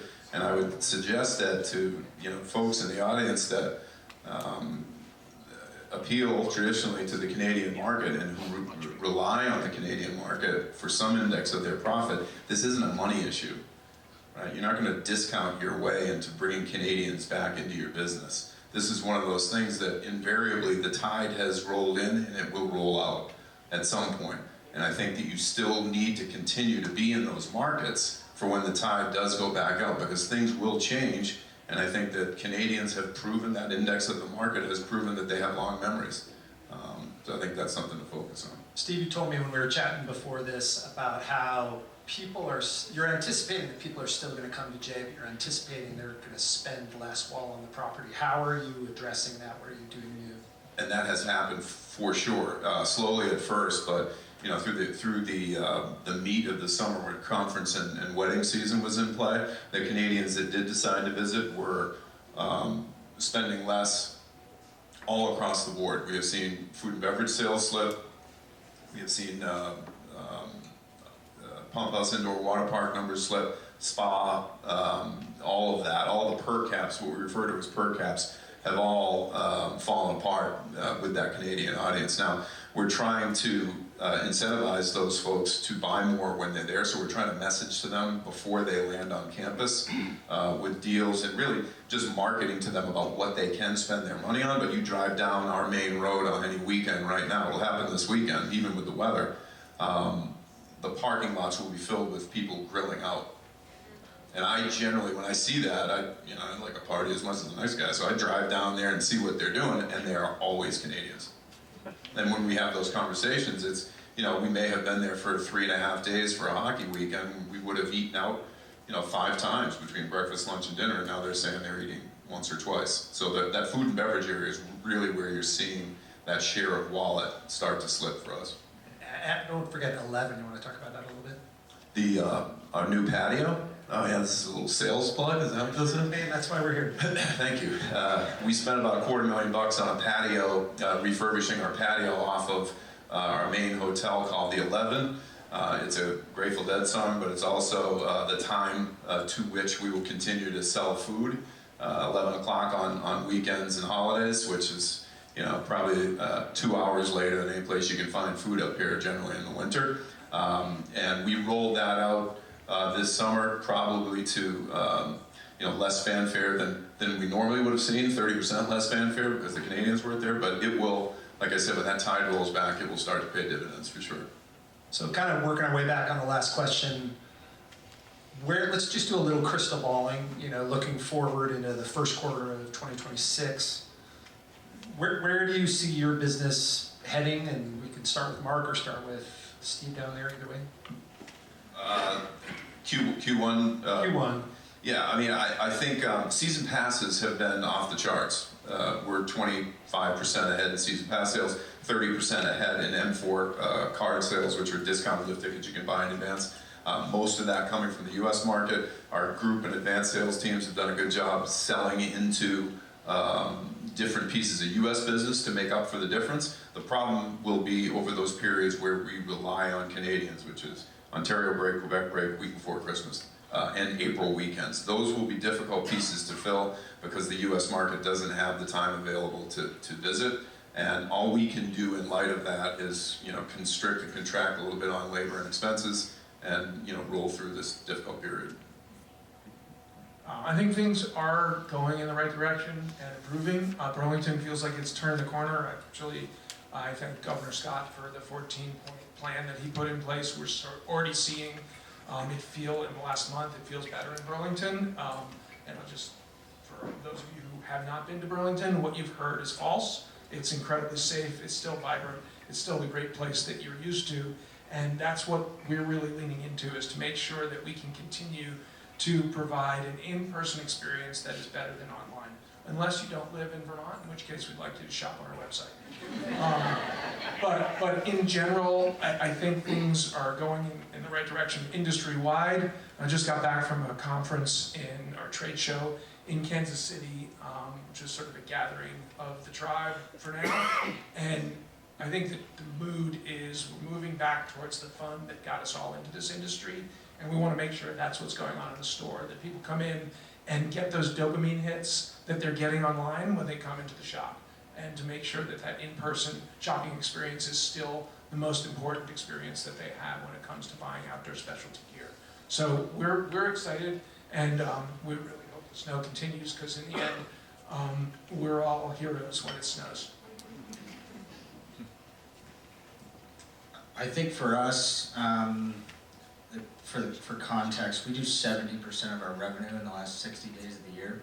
So it's pretty intense, and we're just hoping that it's not so chaotic that all of our employees say, screw this. But yeah, November's been super strong so far, and we're preparing for another wild ride to get to the end of the year. And for us, like I said before, we're just trying to focus on the long game. We will definitely probably run out of product, but we're going to focus on our customer service, and Lauren's here on our team, and Hal on the sales side. We're just going to try to focus on making sure we're taking care of our retailers, getting them their ASAP orders as quickly as possible, and keep building the foundation for us to keep growing in the new year. I think getting this expansion bill is super important for us to kind of capitalize in 2026. So. One thing in the last 9 months I've learned, I guess, is that I can't really predict anything, because it is, like, for our business, it is so dependent upon tariffs, and I still think we really don't know exactly what's going to happen. We are predicting continued growth. We actually, just like Sam said, November's been off to a great start, and I'm excited to see that growth. I think for us, we have a lot of learning in Europe to be looking at as we launch our D2C site over there and continue to just support our partners as best we can in 2026. So Karina, you had said to me when we were chatting before this that staying nimble was one of the key tips, but you also said something about how actually being a Vermont brand has helped, particularly with some international business. Can you comment on that? Yeah, about 30% of our wholesale business before this year was in Canada, and we definitely have had some pushback from some Canadian retailers, not necessarily to continue selling us, but actually to take us on as a new brand. And I would say just like one little piece that has been kind of endearing is that we've heard from quite a few of our reps that when retailer learns that we're from Vermont, they soften up a little bit. So we definitely do come from a state that has a lot of good recognition for being a great place to be living and as general humans. So that's been nice. And I would say the same thing when we're over in Europe. I first flew over there in April when the big tariffs hit, and I was expecting a lot of anti-American sentiment. And I apologized to everybody I met. I'm like, oh my gosh, I'm so sorry with what's happening, and they would kind of laugh. And but yeah, I would say in general, people do have a very positive view of Vermont brands, and that's been a great thing to learn through this whole process. What a great way to finish. Thank you to all our panelists.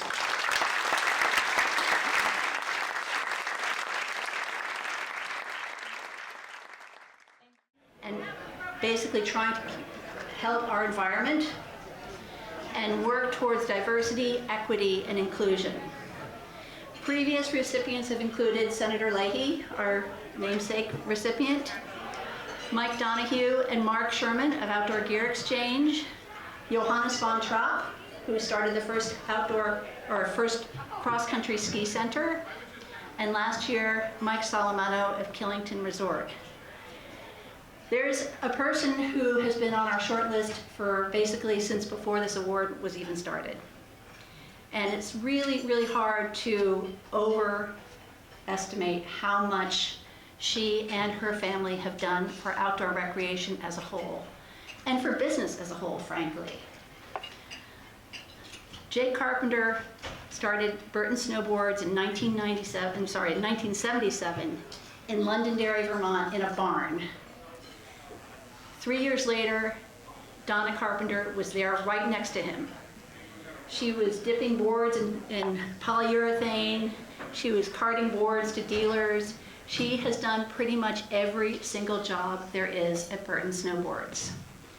Together, they have grown this business into not just one of the leading outdoor recreation companies in the world, but into a culture and into a lifestyle and into an ethos that really permeates everything they do and has brought so much joy to so many people.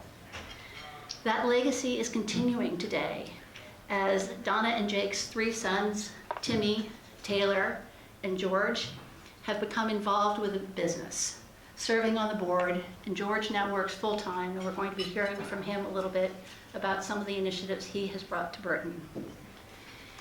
It's really amazing to consider everything that Burton has done, and I'm just going to highlight a few things before we present the award and then have a short conversation with Donna and George. But if you consider that Burton now employs 350 people here in Vermont and over 1,000 worldwide, including with a joint venture in China. This year, they will be celebrating the 30th year of building the world's most successful and probably most popular snowboard, the Burton Custom. They have not just built a facility and a headquarters in Burlington, but it's really a campus. It's an event space, it's a retail shop, it's their company headquarters, it's their R&D facility, Craig's. It's a virtual museum to snowboarding. What they have done too for climate resiliency has been really important. Burton was a founding member of Protect Our Winters. They have been and continue to be a B Corp, putting the best of the environment, people ahead of just profits. In 2024, they reached 100% renewable energy, and they're working hard on reducing a lot of the polymers and the PFAs in their products. And probably most importantly, they have really built a culture of inclusivity. That started back for the first US Open that Burton sponsored, where it was, I believe, Jake's idea to say women should be getting equal prize money, and that has been the case ever since.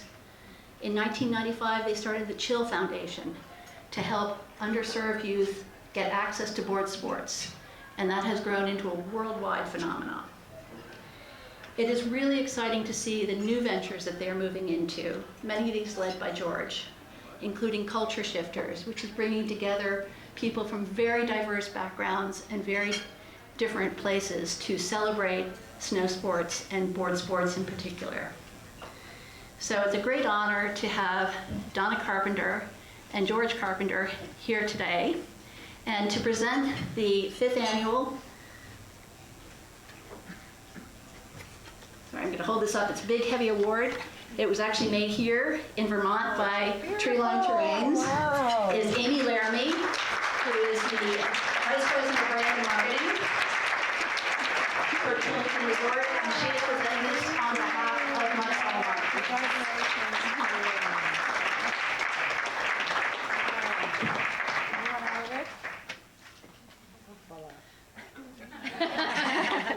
And there's a keeper award for that too. Good afternoon, everybody. And thank you so much. On behalf of my family and everyone at Burton, it's an honor to accept this award.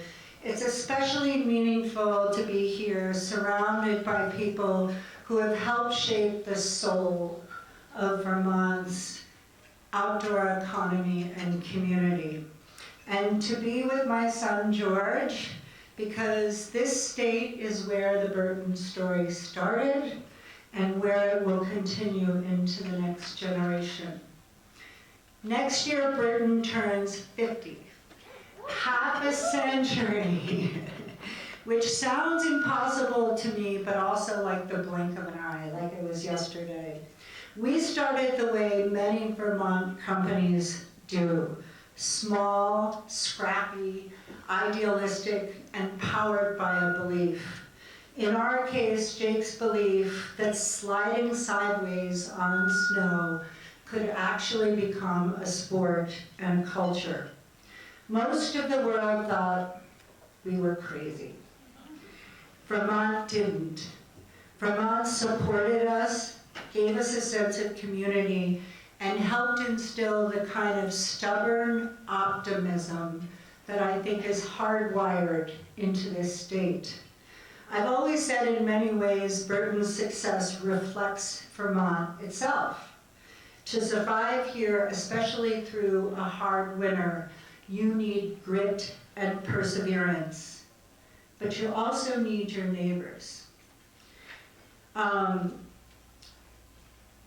We learned that we need strength and courage, but community is what gets you through the storm. And I should add, unlike our early Southern California competitors, Vermont was the best place to test product. We got powder, we got ice, we got sleet, we got rain, sometimes all in the same day. If a board or a jacket can withstand Vermont weather. It can withstand any condition. Like Lisa said, we're not just headquartered here, we are rooted here. Our identity, our values, our workforce, our purpose, they are Vermont through and through. That grit, humility, stubborn determination, and creativity, it's all in Burton's DNA. And as we approach 50 years, that grounding is more important than ever. One of the reasons we've been able to stay rooted to our values and our purpose is because Burton has always remained privately held and family owned. It gives us the freedom to make decisions based on our values, not shareholder pressure. It lets us protect the planet, invest in our people, and think in generations, not quarters. And that brings me to George. 2 years ago, he faced a life-changing challenge, a spinal tumor that put him in a wheelchair. It was heartbreaking. But he came out of it stronger, clearer, and even more grounded. He's moved back to Vermont and is stepping into the second-generation leadership role with a real sense of purpose, not obligation. And his work on diversity, inclusion, and accessibility is already helping shape the next generation of riders and the future of Burton. Inclusion is one of our deepest core values, probably because snowboarders were excluded in the beginning. We were excluded from the ski industry and we were excluded from the resorts. Although, let's be honest, we're still excluded from one mountain in Vermont. Mad River, we see you. But seriously, because inclusion is one of our core values, we have extended that work to gender and racial equity, both inside our company and to the broader snowboard community. Historically marginalized people deserve to feel welcome, included, and at home in snowboarding and in the mountains. That same sense of responsibility for the sport and the community is behind our climate work. We cannot love winter and ignore what's going on. You can't be in the snow business and pretend the planet is not in crisis. So we've pushed hard: cleaner chemistry, better factories, fair labor, circularity, B Corp certification, science-based targets, and a drive toward net zero. The simple truth is, if you're in the outdoor industry, you're in the climate fight. What Jake taught me and what he taught all of us is that courage isn't always loud. Sometimes courage is staying true to your values when it would be easier not to. He taught us that progression, whether on a snowboard or in our climate and equity work, doesn't come from playing it safe. It comes from believing deeply, working relentlessly, and never losing your sense of fun along the way. I wish Jake were here to see this moment, to see George on this stage, to see Burton still privately held, still rooted in Vermont, still fighting for the planet and community. But I know he's proud, not because we made it 50 years, but because we stayed true to our values and never lost our soul. So thank you to Vermont Outdoor Business Alliance for recognizing our journey. Thank you to my fellow business owners for proving that Vermont companies can grow with integrity, creativity, and courage. Thank you to the riders, employees, shops, resorts, snowmakers, and trail builders who make the outdoor ecosystem possible. You are the heartbeat of this award. And thank you, Vermont, for taking a chance on a wild dreamer and a plank of wood. Thank you for raising our family, our business, our community. Thank you for being home. We are honored, we are humbled, and we are just getting started. Yeah.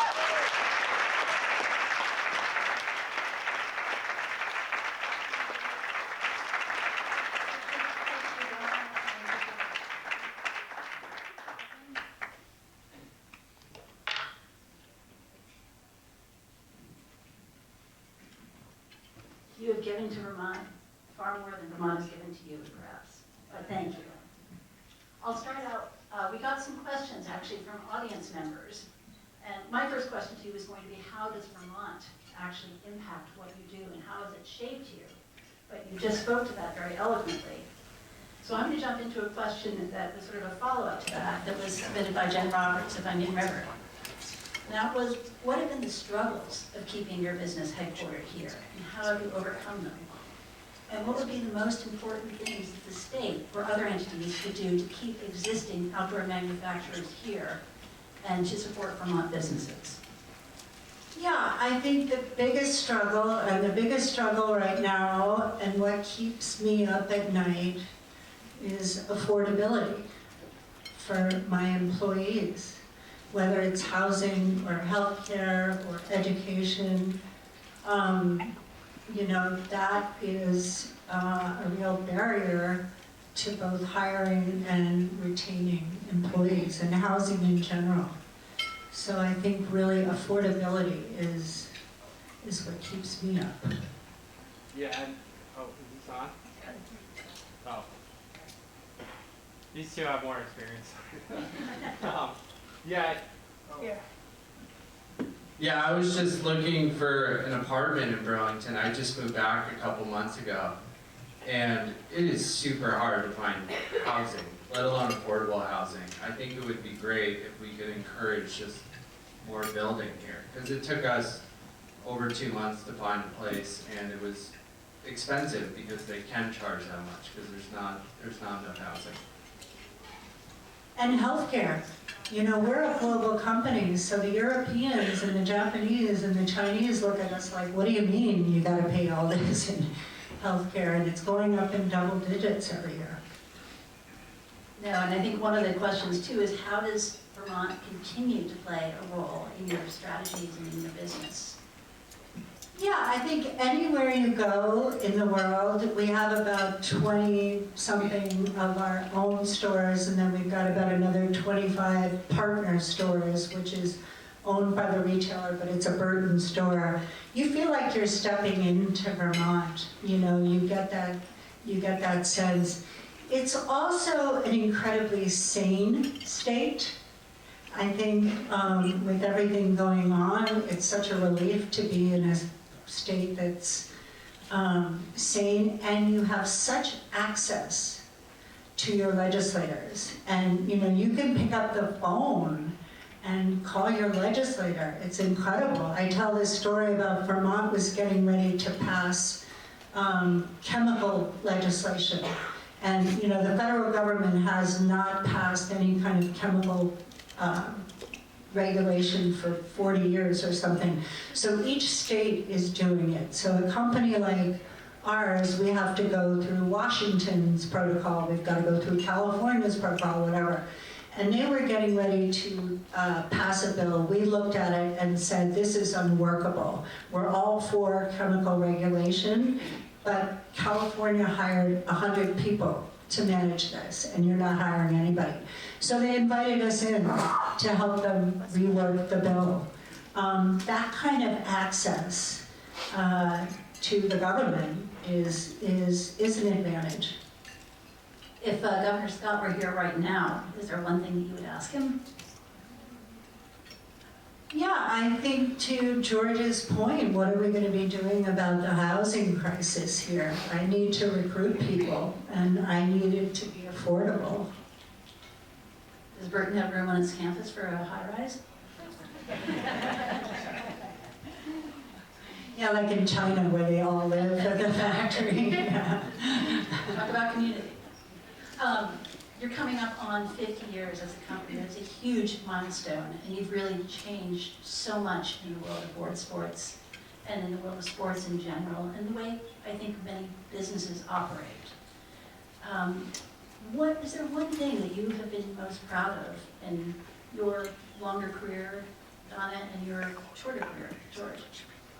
Yeah, I would say, you know, when I was president and then CEO of the company, I really pivoted us to be purpose-driven. So right now, we have a business strategy, we have a long-term business strategy that sits right next to our impact strategy. They're on equal footing. What do we want to achieve in sustainability? What do we want to achieve in what we call justice, equity, diversity, and inclusion? It also includes advocating for the sport, making sure that the sport stays healthy long-term. And those, I don't know many businesses that have those side by side. You actually hired somebody to lobby with the FIS, correct? Yes, so it's a long story, but snowboarding is controlled for the Olympics by the International Ski Federation. And let's just say we don't always see eye to eye. So it's important for us. We've always believed that the sport should be driven by the riders. And I think that's what, you know, Jake used to say, focus on the rider, everything else will follow. And that's kind of our mantra. So the athletes should be deciding what the sport looks like in the future, not a bunch of old white men in Switzerland in the IOC. George, what about you? You've become more and more involved with the company, and you've made some big changes. Yeah, I would say the thing I'm most proud about is culture shifters, which started in the wake of George Floyd in 2020. The outdoor industry was able to really take a long, hard look at ourselves. And I think learning the history of why snowboarding and outdoor sports are predominantly white was really eye-opening to me, that a lot of national parks were segregated during the Jim Crow era. A lot of the voices in environmentalism since then have been white-centered. And the ski and snowboard industry just became a reflection of this history. And it created workforces that were predominantly white. It created a culture that was white. And we realized in order to change that it was these systemic issues. And Culture Shifters is about gathering diverse voices, from athletes to nonprofit leaders to change makers in their own spaces, bringing everyone together where we can celebrate diversity in snowboarding and create the future we want to see, but also have some tough conversations with the people and attendees there, with leaders in the industry. You know, the CEO of the Altera organization, which is the Icon Pass, was in the room while we were having some tough conversations. And that container we've created has been just super sacred, and I think it represents the future of snowboarding. And we've seen it in the numbers. You know, snowboarding is growing mostly with Hispanic and Black participants. So I think the more, as an industry, that we can do in this space, the more the industry will grow and become more beautiful. Could you just quickly, for people who are not familiar with what Culture Shifters is, maybe you could just quickly describe it and do some bold-faced name drops. I mean, it started, so, you know, after 2020, I was having a conversation with a friend of mine who's a Black snowboarder, and we were talking about, you know, I was like, hey, if there's anything you guys want to do to help change the culture of snowboarding, like, let's do it. And he is ASAP Ferg's DJ. So he hit me up a couple months later, and he was like, ASAP Ferg wants to go snowboarding. And, you know, I hit up our head of sports marketing, Zach Nigra, And we invited Zeb Powell, who's, you know, the most interesting, incredible snowboarder in the space right now, as well as Salema Masekela, who we added to our board of directors. And we just created this awesome container of like rappers alongside us, which was really sick. And then the next year, you know, Zach Nagro and I were with Salema and Zeb, and we were like, hey, what do you guys like want to do next? And they were like, hey, let's just build on that energy. And so that was year one. Year two, we invited more kind of athletes, musicians. It's a weekend in Aspen. Yeah, it's a weekend in Aspen. Thank you. It's an Aspen takeover. Aspen takeover, which is also awesome. That's in Aspen. Wait, what about Yeah, but then we added, you know, nonprofit leaders, like Leaders from Chill and organizations like Hoods to Woods, and it's, you know, it's 150 people coming together in Aspen to just create the future of snowboarding that we want to see, and hoping to kind of keep growing it and make it public and invite, you know, the world to it one day. Yeah, and I would also add that George really changed what our global team looks like. You know, I think 35–40% of our global team now is of color. And the other thing is we've evolved the Chill Foundation. So the Chill Foundation was started 30 years ago by Jake and I. We wanted to give back to teenagers, right? In the very beginning, when we started, it was teenagers who took a risk on us, right? They got this thing in a box, they put it together, and they went to their local hill. They were the ones willing and put us on the map. So we really wanted to get back to that demographic. So they go, and we started in Burlington. It was kind of a learn to ride program. We worked with social service agencies to get kids who were really challenged, having major challenge, whether it was drug addiction, abuse, foster care, whatever. And we would take them snowboarding for 6 weeks. And we quickly realized that it was a youth development program. Using board sports, we added skateboarding and paddle surfing or surfing, depending on where they are.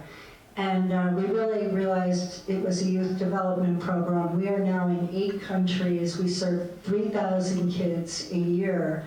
And the evolution now, kind of post George Floyd, is we're helping those kids find a place in the industry. So we piloted, and it is predominantly BIPOC participants, and we started an internship program that we piloted this summer. It was really exciting.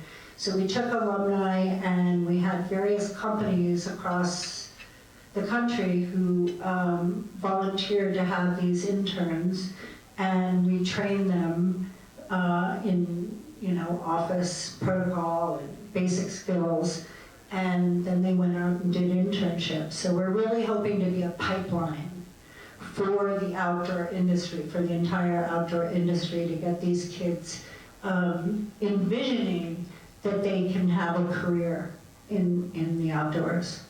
That's fantastic. Is that open to Vermont businesses? Absolutely. You heard it here.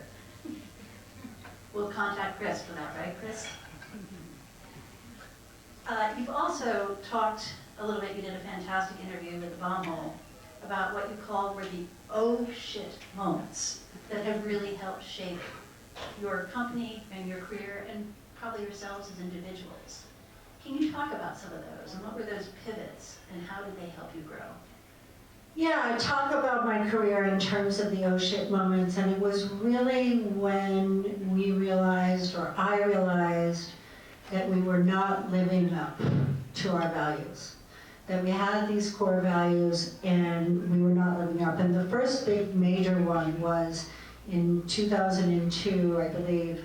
Jake and I were sitting in a room of all of our global directors from all over the world. It was 25 people and there were 2 women in the room. And our company hadn't started that way, but when we grew quickly, we were pulling from the surf, skate, ski industry, and it became really male-dominated. So we put our heads down and worked to see how we could retain, promote, and hire more women. And now I'm happy to say we're at 50% leadership. I think our senior team is 60% female. And then the second no shit moment I talk about is sustainability.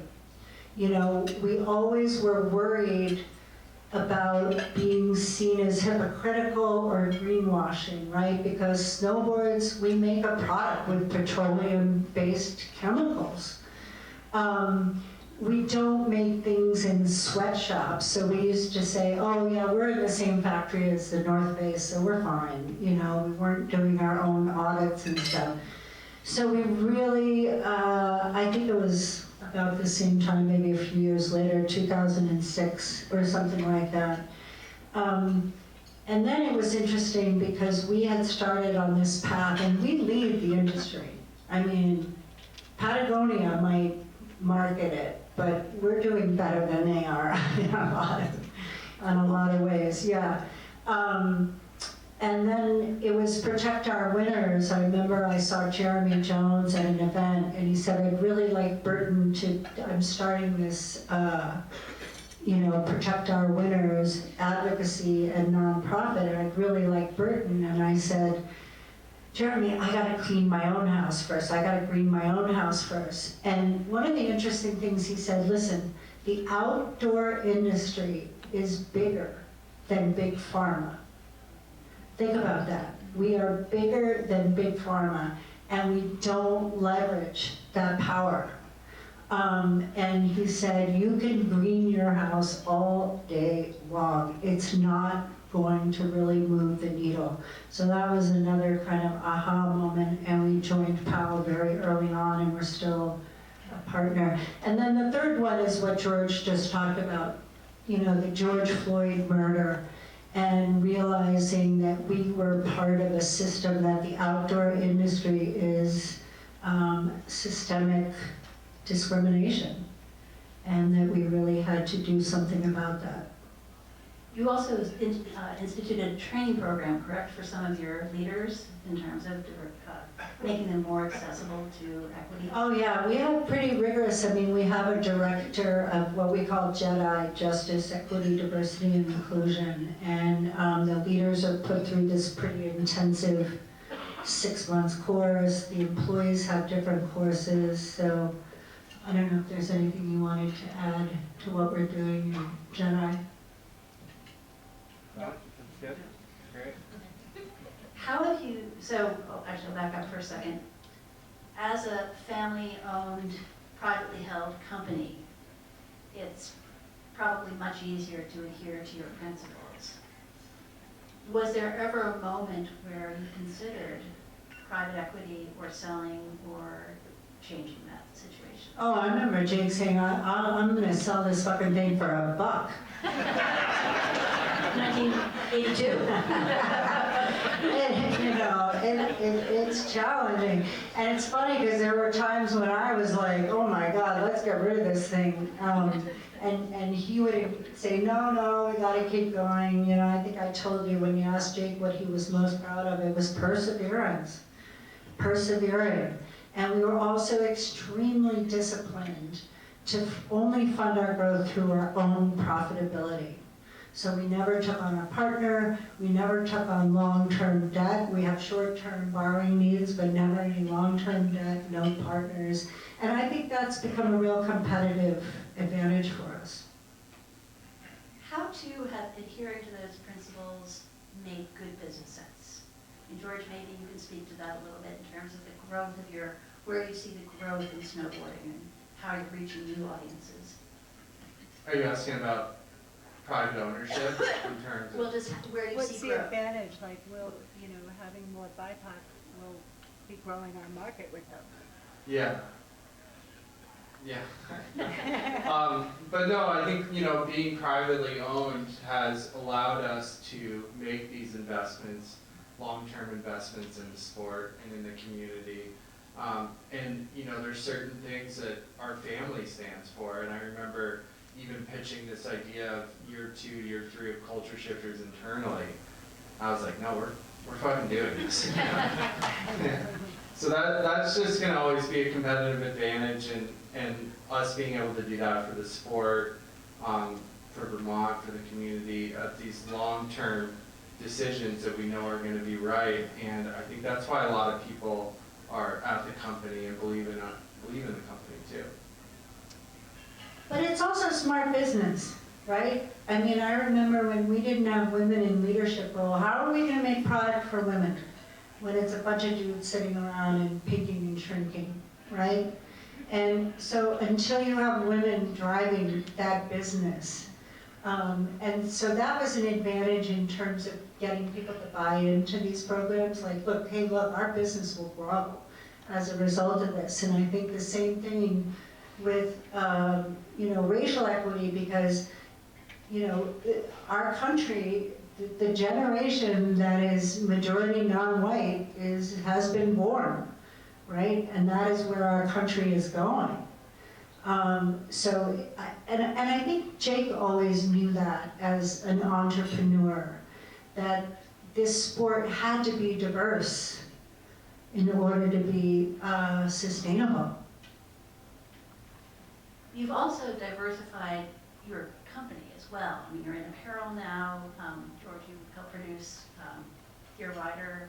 You just came out with Paved. Where is it going? Where do you see Burton heading?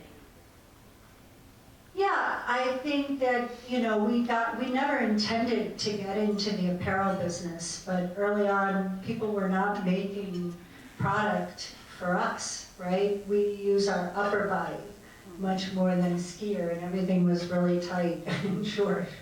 So that's how we got into it. And I think that the growth, and then we also have a helmet and goggle brand, Anon. And I think the growth is going to be coming from the soft goods. And getting people, we like to say we're for riders and riders at heart. People who kind of want to buy into our ethos. They might not necessarily, they might be a skier, or they might not participate in winter sports. So we see the growth in the apparel and also in the shoulder seasons, right? Apparel for the fall and apparel for the early spring. George, I'd love to hear your take on that too. If you are looking forward, if you are, you know, taking over in leadership in the company, where do you see it in 5, 10, 15 years? Yeah, I think that our industry has gone through some waves recently with COVID and now with kind of that after COVID shock. And I think as long as we keep doing what's right by each other, by the community, by the riders, that we'll be able to continue to lead the industry and just create something we're proud of. So 5 to 10 years from now, I think snowboarding is seeing participation growth, but also how can we share our values and get people that support our values to see us and believe in us and take the ride with us. So going there. So earlier, we saw some of the statistics from outdoor industry, and we're seeing that the core group, that's like the riders, the bikers, the climbers who are more extreme, is a very small part of the growing group of outdoor enthusiasts. And the active group is probably the largest. And those are the people who just basically want to have fun. Burton's always been known for bringing fun into it. I remember getting my first press release. I think I worked at Ski Magazine, and I got, it was a living log container. And in it was a press release about how the boards were made of wood. How are you continuing that sense of fun? How are you reaching the active audience and making that promise good that this is going to be a really fun experience? I think by being inviting and inclusive, we can just have people more enter the sport. And you know, we were talking about this the other day, but I think the definition of fun has evolved within Burton, and I think the larger snowboard community. it was like, hey, you know, it used to be about like drinking all night, snowboarding all day, like that was the snowboard lifestyle. But we're seeing a lot of people come back with their kids now. And that's a huge growing population of snowboarders, is people coming back to the sport now that they have a little more disposable income and they have kids. And it's like changing that definition of fun. And I think doing that internally and promoting that and just being on the forefront of that as a company and as a culture and a community, I think that's going to help grow the sport. Yeah, absolutely, that's a great point. And also staying, you know, having this sense of humor and being a little edgy, right? That's one thing you guys have always been great at. We have a few, I think, other questions from the audience, so I wanted to pause and see. I think, Drew, you had your hand up? Oh, I'm sorry, that's right. Do we have any questions from the audience? I do. Right on. I'll stand. Hi. Anecdotally, I got to participate in Culture Shifters, and it was phenomenal. It was absolutely phenomenal. And I think, although I'm a skier, if I were to buy a snowboard, I would buy a Burke snowboard. What I saw at that event, the thoughtfulness that went into the event, the resources, not just the financial resources, but the resources of your team that went into the event were phenomenal. And it convinced me that this was a company that I wanted to, if I needed to buy a snowboard again.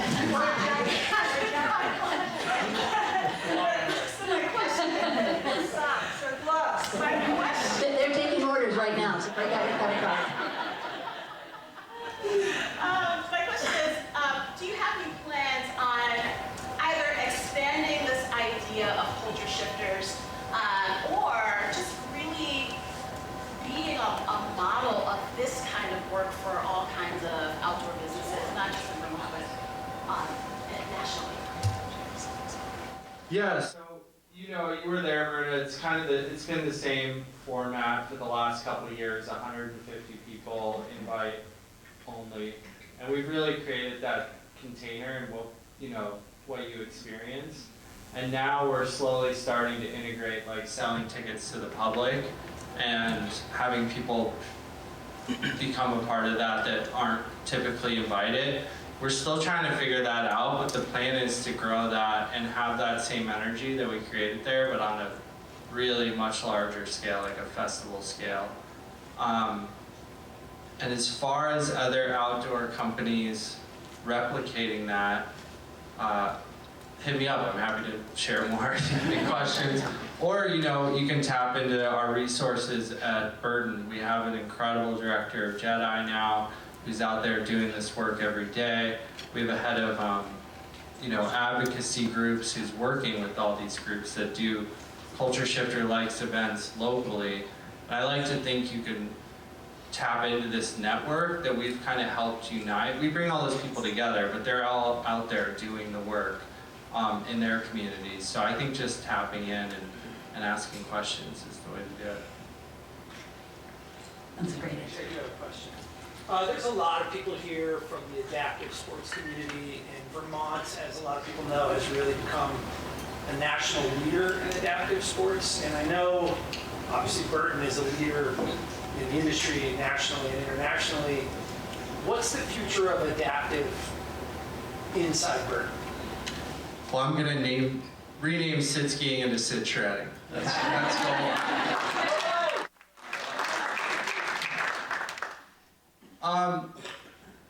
I think with culture shifters or advocacy work, it's really important to listen to the people that have been experiencing that. And we've partnered with the High Fives Foundation, which is really an incredible national organization, as well as Vermont Adaptive. And, oftentimes with this type of work, Burton doesn't have the answers. So we'll go give it, we'll talk to Vermont Adaptive and say, hey, how can we support you guys with our resources? Talk to High Fives Foundation. That's how we approach advocacy work, but, now that I'm in a wheelchair and part of this community, we might start pressing skis.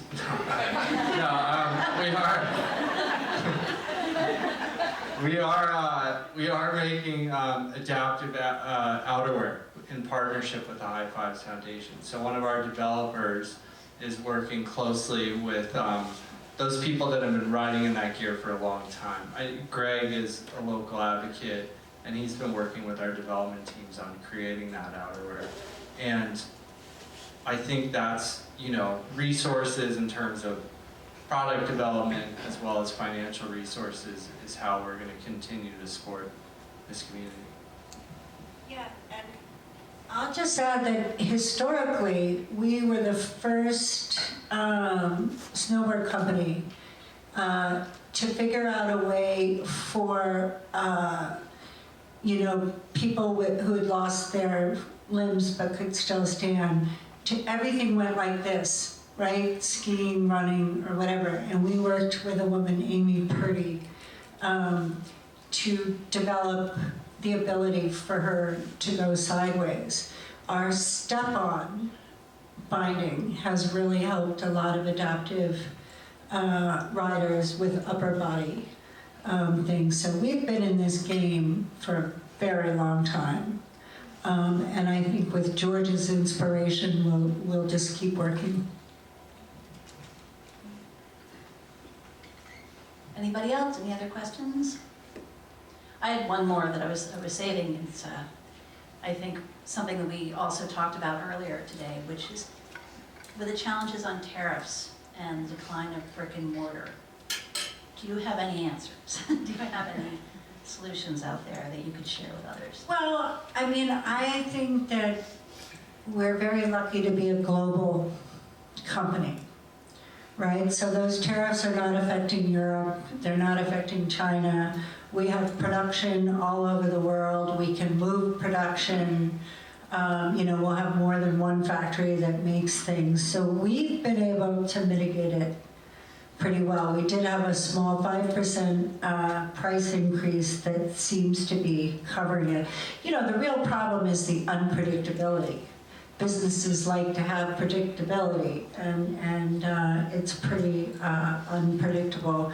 And as far as brick and mortar, we have found a model that works incredibly well. It's what we call the partner store. And so, for example, when you go to Vail, there are 2 Burton stores. You walk in, it's a Burton store. You feel like you're in Vermont.